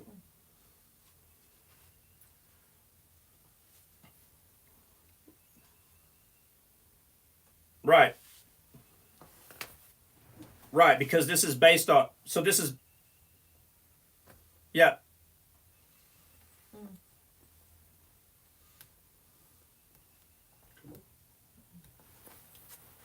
Yeah. So. Yeah. So right here in the verse he brought up in 11, where it says, "Surely none of the men that came up out of Egypt from 20 years old and upward shall see the land." Why?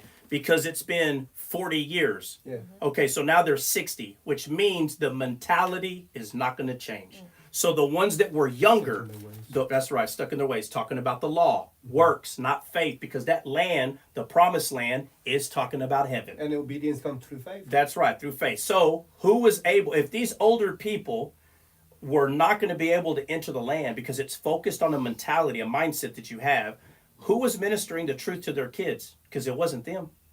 Joshua and Caleb, the ones that believed that they could take the land. They came back with grapes, which is talking about the new wine, which is Christ. And by the way, they carried it on a rod between 2 men, right? Come on. That's fine. When Noah was naked, right? Noah was talking about the nakedness, and the son went out and told. The 2 that heard this carried a garment, a blanket between the 2. They walked backwards and covered him, right? So the nakedness in the Bible is talking about shame. So they covered him with shame.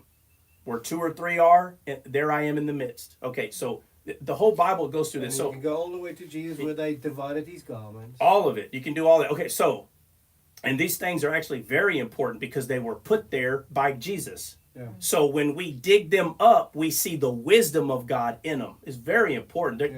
They wouldn't be there. So, so now when we go back and we look at the 2 main mediators, you have Moses as a mediator and Jesus. They both had a body of people.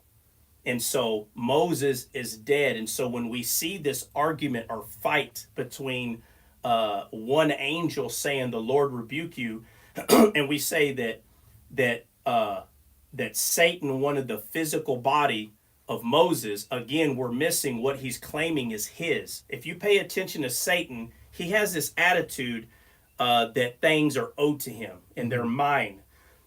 Well, he's not lying. He's not lying about one thing. because he has Adam's dominion, man's dominion, he thinks he has a right to the body of Moses. So when he says that he's arguing for the body, everyone thinks that Satan wants to go into Moses' physical body so everybody can listen to him. But he's dead. Yeah. Okay, so he doesn't have the power to resurrect Moses' body. So I understand, trust me, I get it. But the body he's talking about are the people. Yes. That's what he's talking about. Because if he had power over the people, which is God's people, they won't go take over the land.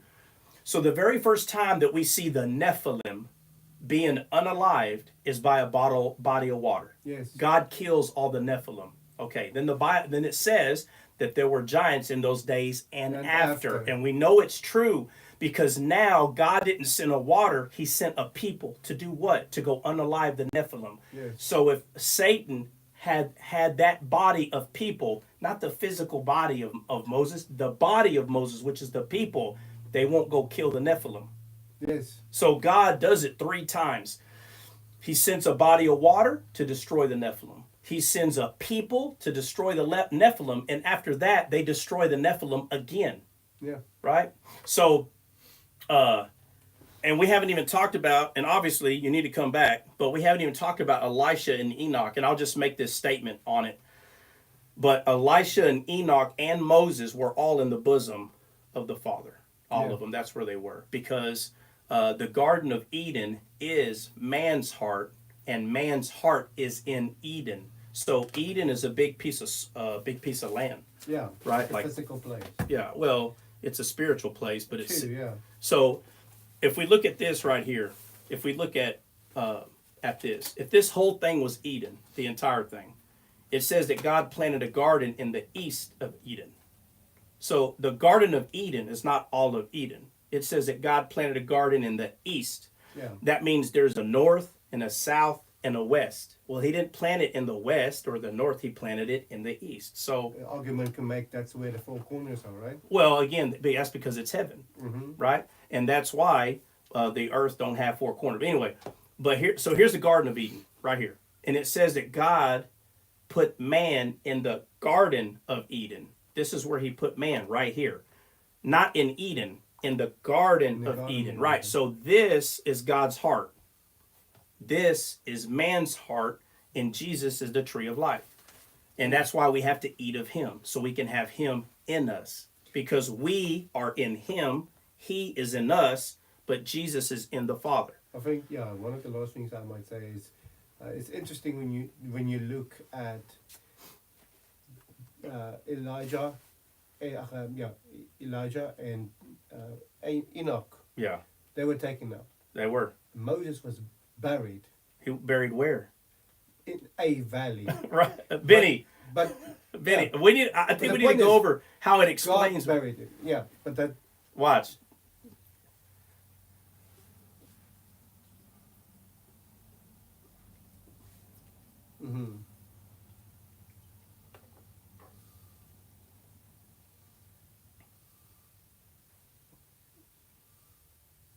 Okay, yeah. So let me say that, Benny, let me say this. Remember, names are important. So what Benny's going to do is we're going to go over why these places are called with what they're called. There's a reason. They're just not random names. yeah, they never. So go over the names, Benny.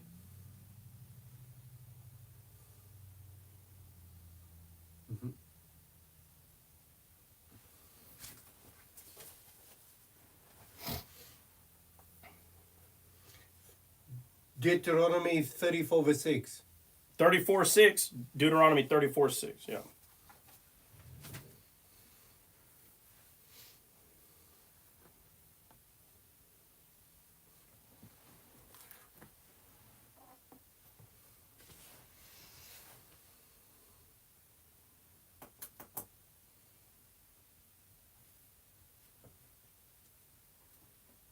Means Cleft, right? So, like a gap, right? Just like he put Moses in the cleft of a rock. Okay, but in the Bible, God's always saying you're going to be buried with your fathers, buried with your fathers, buried with your fathers. It's not a coincidence that the place he was buried is with his fathers. And there's only one place we all go when we're buried, right? So if we're only looking at this ground, then again, it's not gonna be seen that. So watch, Enoch. It says Enoch walked and talked with God, and he was no more.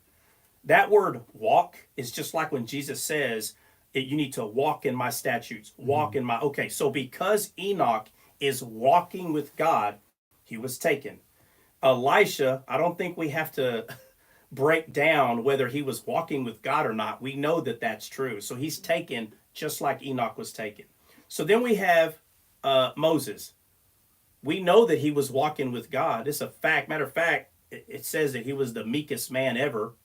Again, we know Moses wrote that about himself. I'm not sure if that's meek or not, but he said it. He said it. And now we see that he was buried somewhere by God. And because it doesn't say Enoch and Elijah was buried, if you understood that going in God's bosom is a type of being buried, if that's not seen, then the only thing we see is Moses is dead. But then when Jesus gets here, he shows up with Elijah. So if we say, oh no, they were not in the same place, there's no way that we can come to the conclusion that they were like separated this whole time and then now they're together. And then they would have been, bro, the Bible would have said, and Moses and Elijah were both confused. They're not. They're not. And watch, to go further, Peter says, hey, let me make a tabernacle for all three of you. What's a tabernacle? What is that? The tabernacle itself. What is it? Yeah, what is it? Well, it represented God's throne room. God's throne, but it's a place you go to worship. Yeah. Why would Peter say, let me make a tabernacle for all three of you, bro? In his carnal mind, yes, he still don't understand what's going on. He still sees black letters on a white page. He cannot see beyond the text. So he knows that Moses, for him to come back that way, okay, so Moses is a god? Elijah's a god. Well, then I make a tabernacle for all three of you. And God speaks and says, no, this is my son. Listen to him. He says, hear ye him. Yeah. Not Moses and Elijah. So on the road to Emmaus, Jesus is walking with two people. And it says that he opened the scriptures, starting from Moses to Elijah. He opened the scriptures concerning himself. I mean, how many times do you hear angels say, don't worship me? Yeah. I'm not God. Man always thinks, oh, well, I need to worship. Bro, he says, I'm going to make a tabernacle for all three of y'all. Yeah. And God's like, bro, no, Peter, you're always missing it. Okay, just to get back to where we're at. Okay. So let's just go through the names real quick. Benny, continue where you're at.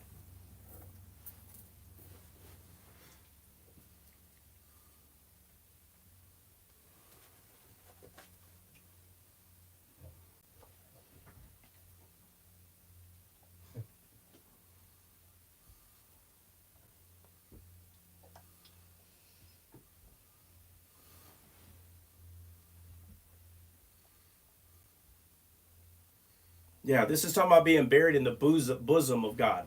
Go ahead, keep going. Oh, I thought there was a part where it says, oh, right, and no man knows where he's at. Okay, so yes, 100% we can say, well, physically he buried him. So here's the thing. If we put all the works to go dig up the bones of Moses, do you think we'd find it? Right? No. So let's say we go to Jordan and we go dig it. Watch this. If the Garden of Eden was just a physical place, that means it would be here on earth. And there are people that still think that it's here on earth like that. Because the Bible makes it clear that he put two cherubims on the outside, a fiery sword, and then he said he put the sword there to keep the way, which is talking about the Spirit. And it says to keep the way to the tree of life. So out of all this that we learn in the garden, why does the tree of life need to be kept away to it? Why? Well, imagine if Adam and Eve had to eat of, just happened to eat of both of them, then they would have lived in their sin forever. Right. So it says he put two cherubims. That's why they kicked him out. But he says he put two cherubims and a fiery sword to keep the way. Exactly. Okay. So if Adam and Eve were kicked into this fallen world, just to make it simple, if the tree of life was on this world, then you wouldn't have to put a fiery sword to keep the way there, because we could find it here. But it's not found here because Jesus is the tree of life. Yes. And only through the fiery sword, which is the Spirit, can you find the way, the crooked way made straight, the small way, the thin way, the narrow path, right? So the Garden of Eden is not referring to a physical place, because the Bible says the soil or the dust that you came from, the dust you shall return. Yes. So Adam was created from good dust. Even though it says he was created from the dust of the land or the dust of the earth, however you want to mention it, the earth hadn't fell yet. So Adam was not created from fallen ground. Like, No, he wasn't. Right. So if I go walk outside and pick up dust from the ground, Adam wasn't made from that. He was made from perfect dust. So Before the ground was cursed. before it was cursed. And that dust came from Eden. Yeah. So therefore, it was good ground. It was Eden ground, period. No matter how you want to look at it, it was perfect. Yeah. Good soil. All right. So if Adam came from good soil, then that's where he's going to return, because that's where he was created from, Yes. even though he fell. And if you're not born again, that means you're not from the good ground, which is Eden. You're not from there because you're not born again, which means you're still in a desolate state, dry, no water. And if you die in this world and you came from this world, then you just return to this world. But by faith, to say that Moses returned to this world when he did not come from this world is not understanding Scripture. Moses was no longer from this world. So when we say that Moses was punished not to go to the promised land, no, he wasn't punished because he went to the promised land. So if anything, he was rewarded, not punished. He went to heaven. If you had a choice to go to the land of Canaan or go to the promised land, to the shadow promise. So Israel, the physical Israel, is a shadow of the land flowing of milk and honey. It was called a land flowing of milk and honey. But the land flowing of milk and honey, it's not trying to tell us that they got the best cows and the best honeybees.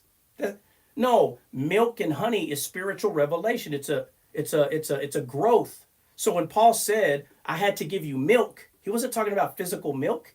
Yeah. He's saying, I couldn't give you meat of the word because you're still stuck in Disneyland like a kid.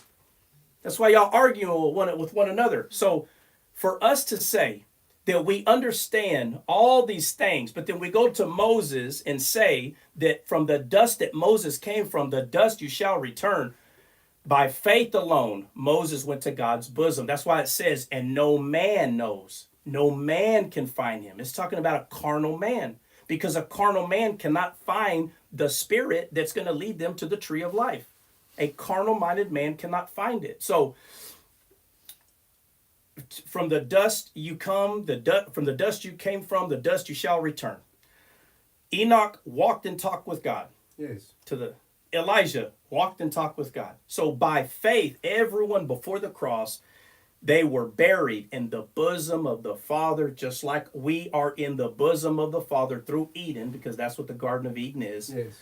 So just like Elijah and Enoch went to the bosom of the Father, but they went there by faith, right? We go there through faith. So the Bible says that we were saved by grace through faith, not by faith like those in the Old Testament. So we don't ever go to Sheol. No, we will never go there. But the people in the Old Testament did, and Jesus had to go minister to them. Yeah. Okay, but we're not going to go to Sheol because we're going to go to the dust that we came from. That's why it says that we're in this world, but we're not of this world. Yeah. It's the same for Moses. So Moses was taken up just like Enoch, but it's a parable. It's a riddle. So it sounds like that he just buried him in this world. But if God says that no man can find him, and you understand what God means when he says no man, he's not talking about, he's talking about men of this world. Yes. Because they don't know the path. They don't know how to find. Because remember, when God says, he tells Moses, he talks about Abraham, Isaac, and Jacob. They're alive. They're not dead. Abraham, Isaac, and Jacob were in the bosom of the Father. Yes. Just like Enoch and Elijah and Moses. So the reason we see... Go ahead. Oh.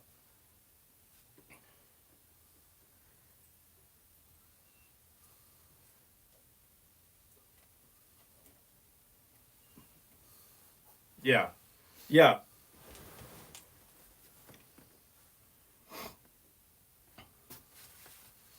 Yeah, right. Um, okay, so we threw in Elijah and Enoch and Moses, right, with the question like, where exactly are they? And we see it. We see that Moses shows up with Elijah. Clearly, they're together, and now here they are, Yeah. not dead, alive, and the people of God is no longer Moses's people. It's Jesus's people. It moved. The covenant moved from Moses having a people, from that mediator, back to faith. Yeah. So they came out of Egypt by faith, put under the law, and then now we've been freed spiritually by faith, not through the law, right? Amen. So it's already 2. Hey, has anybody got anything to say on the panel? Because I know I don't want my guy here to explode. He might have to use a restroom or something, because I know I got to. Yeah. Yeah. So if nobody has anything to say, I really apologize to everybody about the iPad not being. That's very weird. Very. But it doesn't matter as long as it can hear us. We'll just have a video that's not perfect. But you got anything to say? No, Anything? thank you for having us. Absolutely. So y'all got to come again and make some notes on whatever you want to talk about. Jonah. Huh? I'd like to talk about Jonah next time. About Jonah. Mhm. All right. Well, then we'll talk about Jonah. Just remember, we are going to focus on the spiritual, right? Oh, this- So The whole book is. the whole book I is. was- Yeah, go I ahead. just had a thought.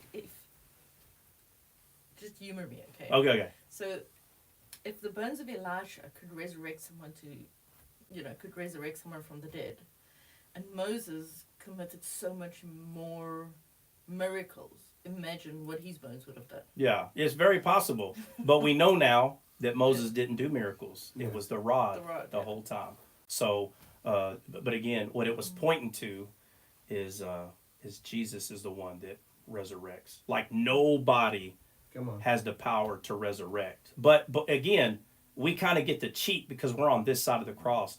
But before that, what do you think people were thinking? Like, bro, how did this man come alive with these bones? People didn't even understand what that was talking about. Yes. And you mentioned it earlier in the week, if just imagine looking at the history of Israel, they probably would have made an idol of the place where Moses More than was likely, they Yeah. and you know what? That's right. And they didn't even have to do that with Moses' bones. Peter was walking with Jesus, and they were already making Elijah. He wanted to make a tabernacle for Yeah. them. Yeah. So And that was in the presence of God. yeah, that was in the Oh God, I get it. So y'all are all gods. I mean, I'm just saying. He didn't. I don't know. Come on. Make a tabernacle for all of you. And God's like, oh my God, no, bro. Listen to him, not Moses or Elijah, him. And you'll have people that will argue and say, oh, but the law of Moses. Bro, Jesus made it clear. Don't even say Moses. Don't even say I have my father Abraham. Don't even say that. But that's what they were saying. And Well, once again, Troy, thank you for absolutely. Yeah, It was thank you. very insightful. interesting, very insightful, and I hope it answered a lot of questions that people might have. Oh, I'm sure it is. And I hope people really enjoyed it. Yeah, as much as we did. and they do. We do. Like I said, we do this Monday through Friday. The time is supposed to be 8:30 a.m. to 10:30 p.m. But like I said, that's what we started. And some days I have to do that, and of course people are mad because we get off at 10:30. But and like I said, hey, sometimes I stay on here till 4. Wow.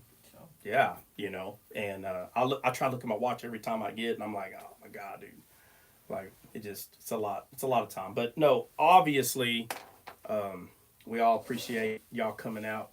Oh. That was awesome. Thank you. Yeah, no, it was, and so guys, we're gonna cut it off. So everybody say bye simultaneously. Thank you, everybody. We're hopping off, and Bye. absolutely. All right, guys. All right, today's Friday, so I was gonna say see y'all in the morning, but I'm not. So this is just Monday through Friday. Okay. And there are times that we do like a 2 a day. Like sometimes I'll come on in the evening and we'll pretty much do this. What you pretty much saw is pretty much what we do. This is what we do. So, so there's not going to be one in the morning, but sometimes there is a Saturday or a Sunday, but it's rare. But it does happen. All right, guys. God bless. We'll see y'all Monday morning. Bye. Bye. Bye. All right, and I got to turn that one. Whew. I got to turn this one off right here. Hold on.